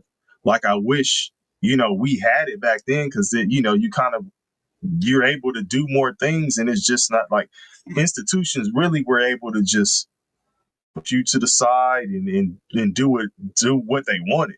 Like now the kids are more empowered, and I respect it. Like I know it's changing a lot of shit, but I don't think it's all bad. And say what happened to you with the his perspective is so my perspective is a little different. I'm gonna be honest. My perspective is a little different because unlike DP, you were a legitimate D1 prospect. I don't hold no qualms that I got to D1 on sheer accident. I was not a D1 player. I got there because in a high school game, first of all, this was my junior year. I got cut from the team, my high school team, my junior year. I only got back on the team because around Christmas time, every player on varsity went to the mall with a stolen credit card. They all got caught. They all got kicked off the team. We got no varsity players. They calling me up the day before we got but they called me up the day before we supposed to play Lawrence North. This is the school with Mike Conley and Greg Oden. And they like, yeah, Lamar, we need you back. We know you played last year. We had an issue go. And so I'm walking in. I'm like, all right, well, I've been working out. I've been hooping. And I'm just in the gym. And it could have been any coach. It could have been literally any coach. It could have been Coach K. The first coach I saw, I said, if I score 40 on this team, you gonna give me a walk-on spot? And it was the Chicago State coach. And he was like, if you score 40 on this team, I am definitely giving you a walk-on spot. Wow. Shit, I hit 13 threes. It was over with. What?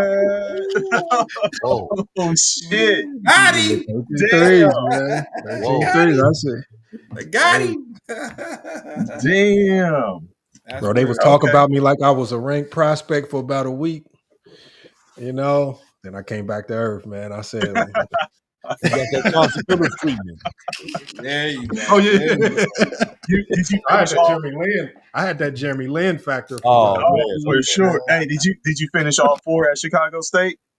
I ended up my senior year. That's when I got the scholarship. So I was a walk on 3. Okay, that's what's up. And they gave me the scholarship my senior year. So that's what's up, man. Did you fact check what I was about? What's your son's name? I might know the names. I know I'm familiar with names. Were they Kevin nice? Patton Jr. What's his name? Kevin Patton Jr. Patton, that sound familiar as hell. Patton Jr. Yeah, Kevin Patton Jr. They sound like they might be kind of high up there. That name sound familiar. Well, I was in AZ for a while, man. How long were you out in AZ? I've been out here since 20 because I was coaching at Purdue. I've been out here since 2018. We were out there. We were out there at that time, and he was one of the top prospects out there. Was he? Yeah. And then we moved to California. Now, to be honest, I never got invested in Arizona high school basketball because the one thing I clearly saw when I came out here was it is not the same level as the Midwest. And no, it's not. I got turned off by the very, very low basketball IQ out here. Man. Yeah. Boy, oh my God. Oh, look, I was out there. I saw it.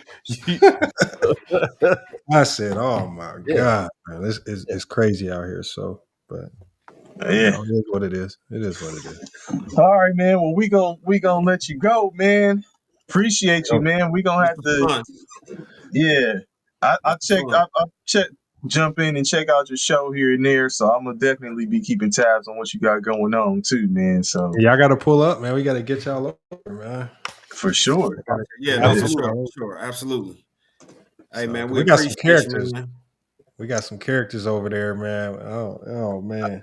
Oh I man, done heard you a I few tapped into times, one of your man. lives, man, and there was one dude. Every time you say something, he had the echo, and I was like, "Oh man, it's ridiculous." He didn't even let you get your points out. Man, it is what it is, man. But look, I take it for what it's worth, man. So Yeah. I Okay. appreciate y'all letting me pull up. I know it's a little bit of inconvenience because y'all not using StreamYard, Nah, but you made it work, so I appreciate it. Yeah, no, for sure, for no, sure. no doubt, man. We appreciate you jumping on in here, man.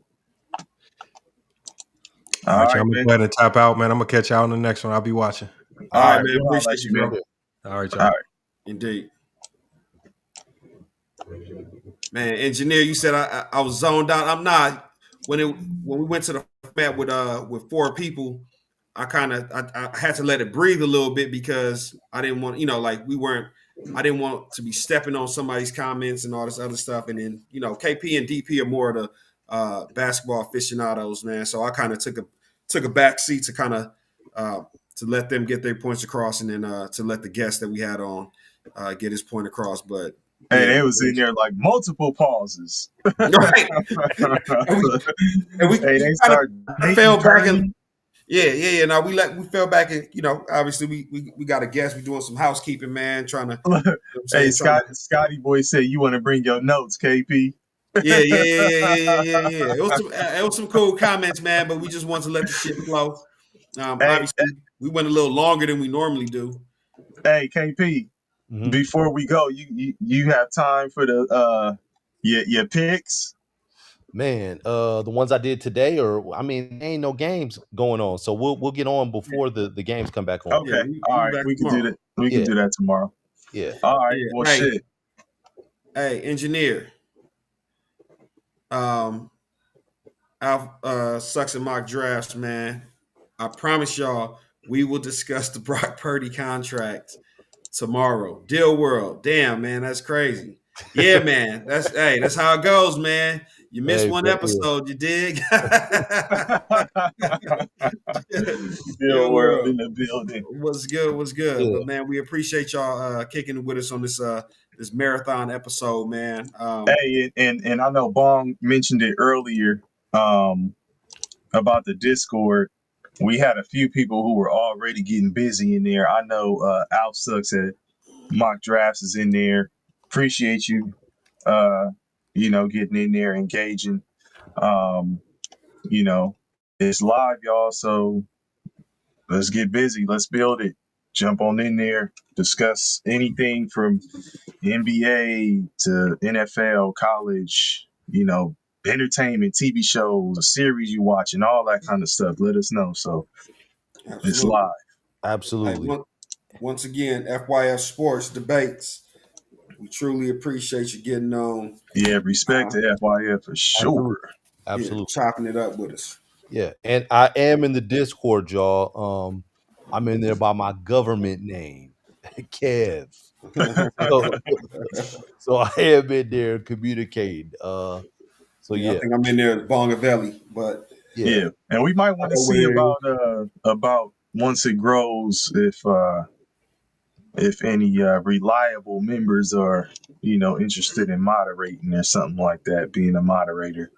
But yeah. we'll talk about that down the line and see if any of y'all are interested in that. But yeah, man, um, this was dope. Appreciate y'all, man. That we can't say it enough. Every time we get on here, we trying to really do something with this. So look, hey, in case you got hit us with the last line. Like Yeah. don't you forget. Don't you forget it. Absolutely. But shit. All right, y'all. But Anything man, else before we got here? please like, share, subscribe, and comments. 3+1, man. Other than that, I think KP, you can take us away, bro. the balloons. We out. We out. There they go. All right, 2P's in the ball, y'all. We out. Peace.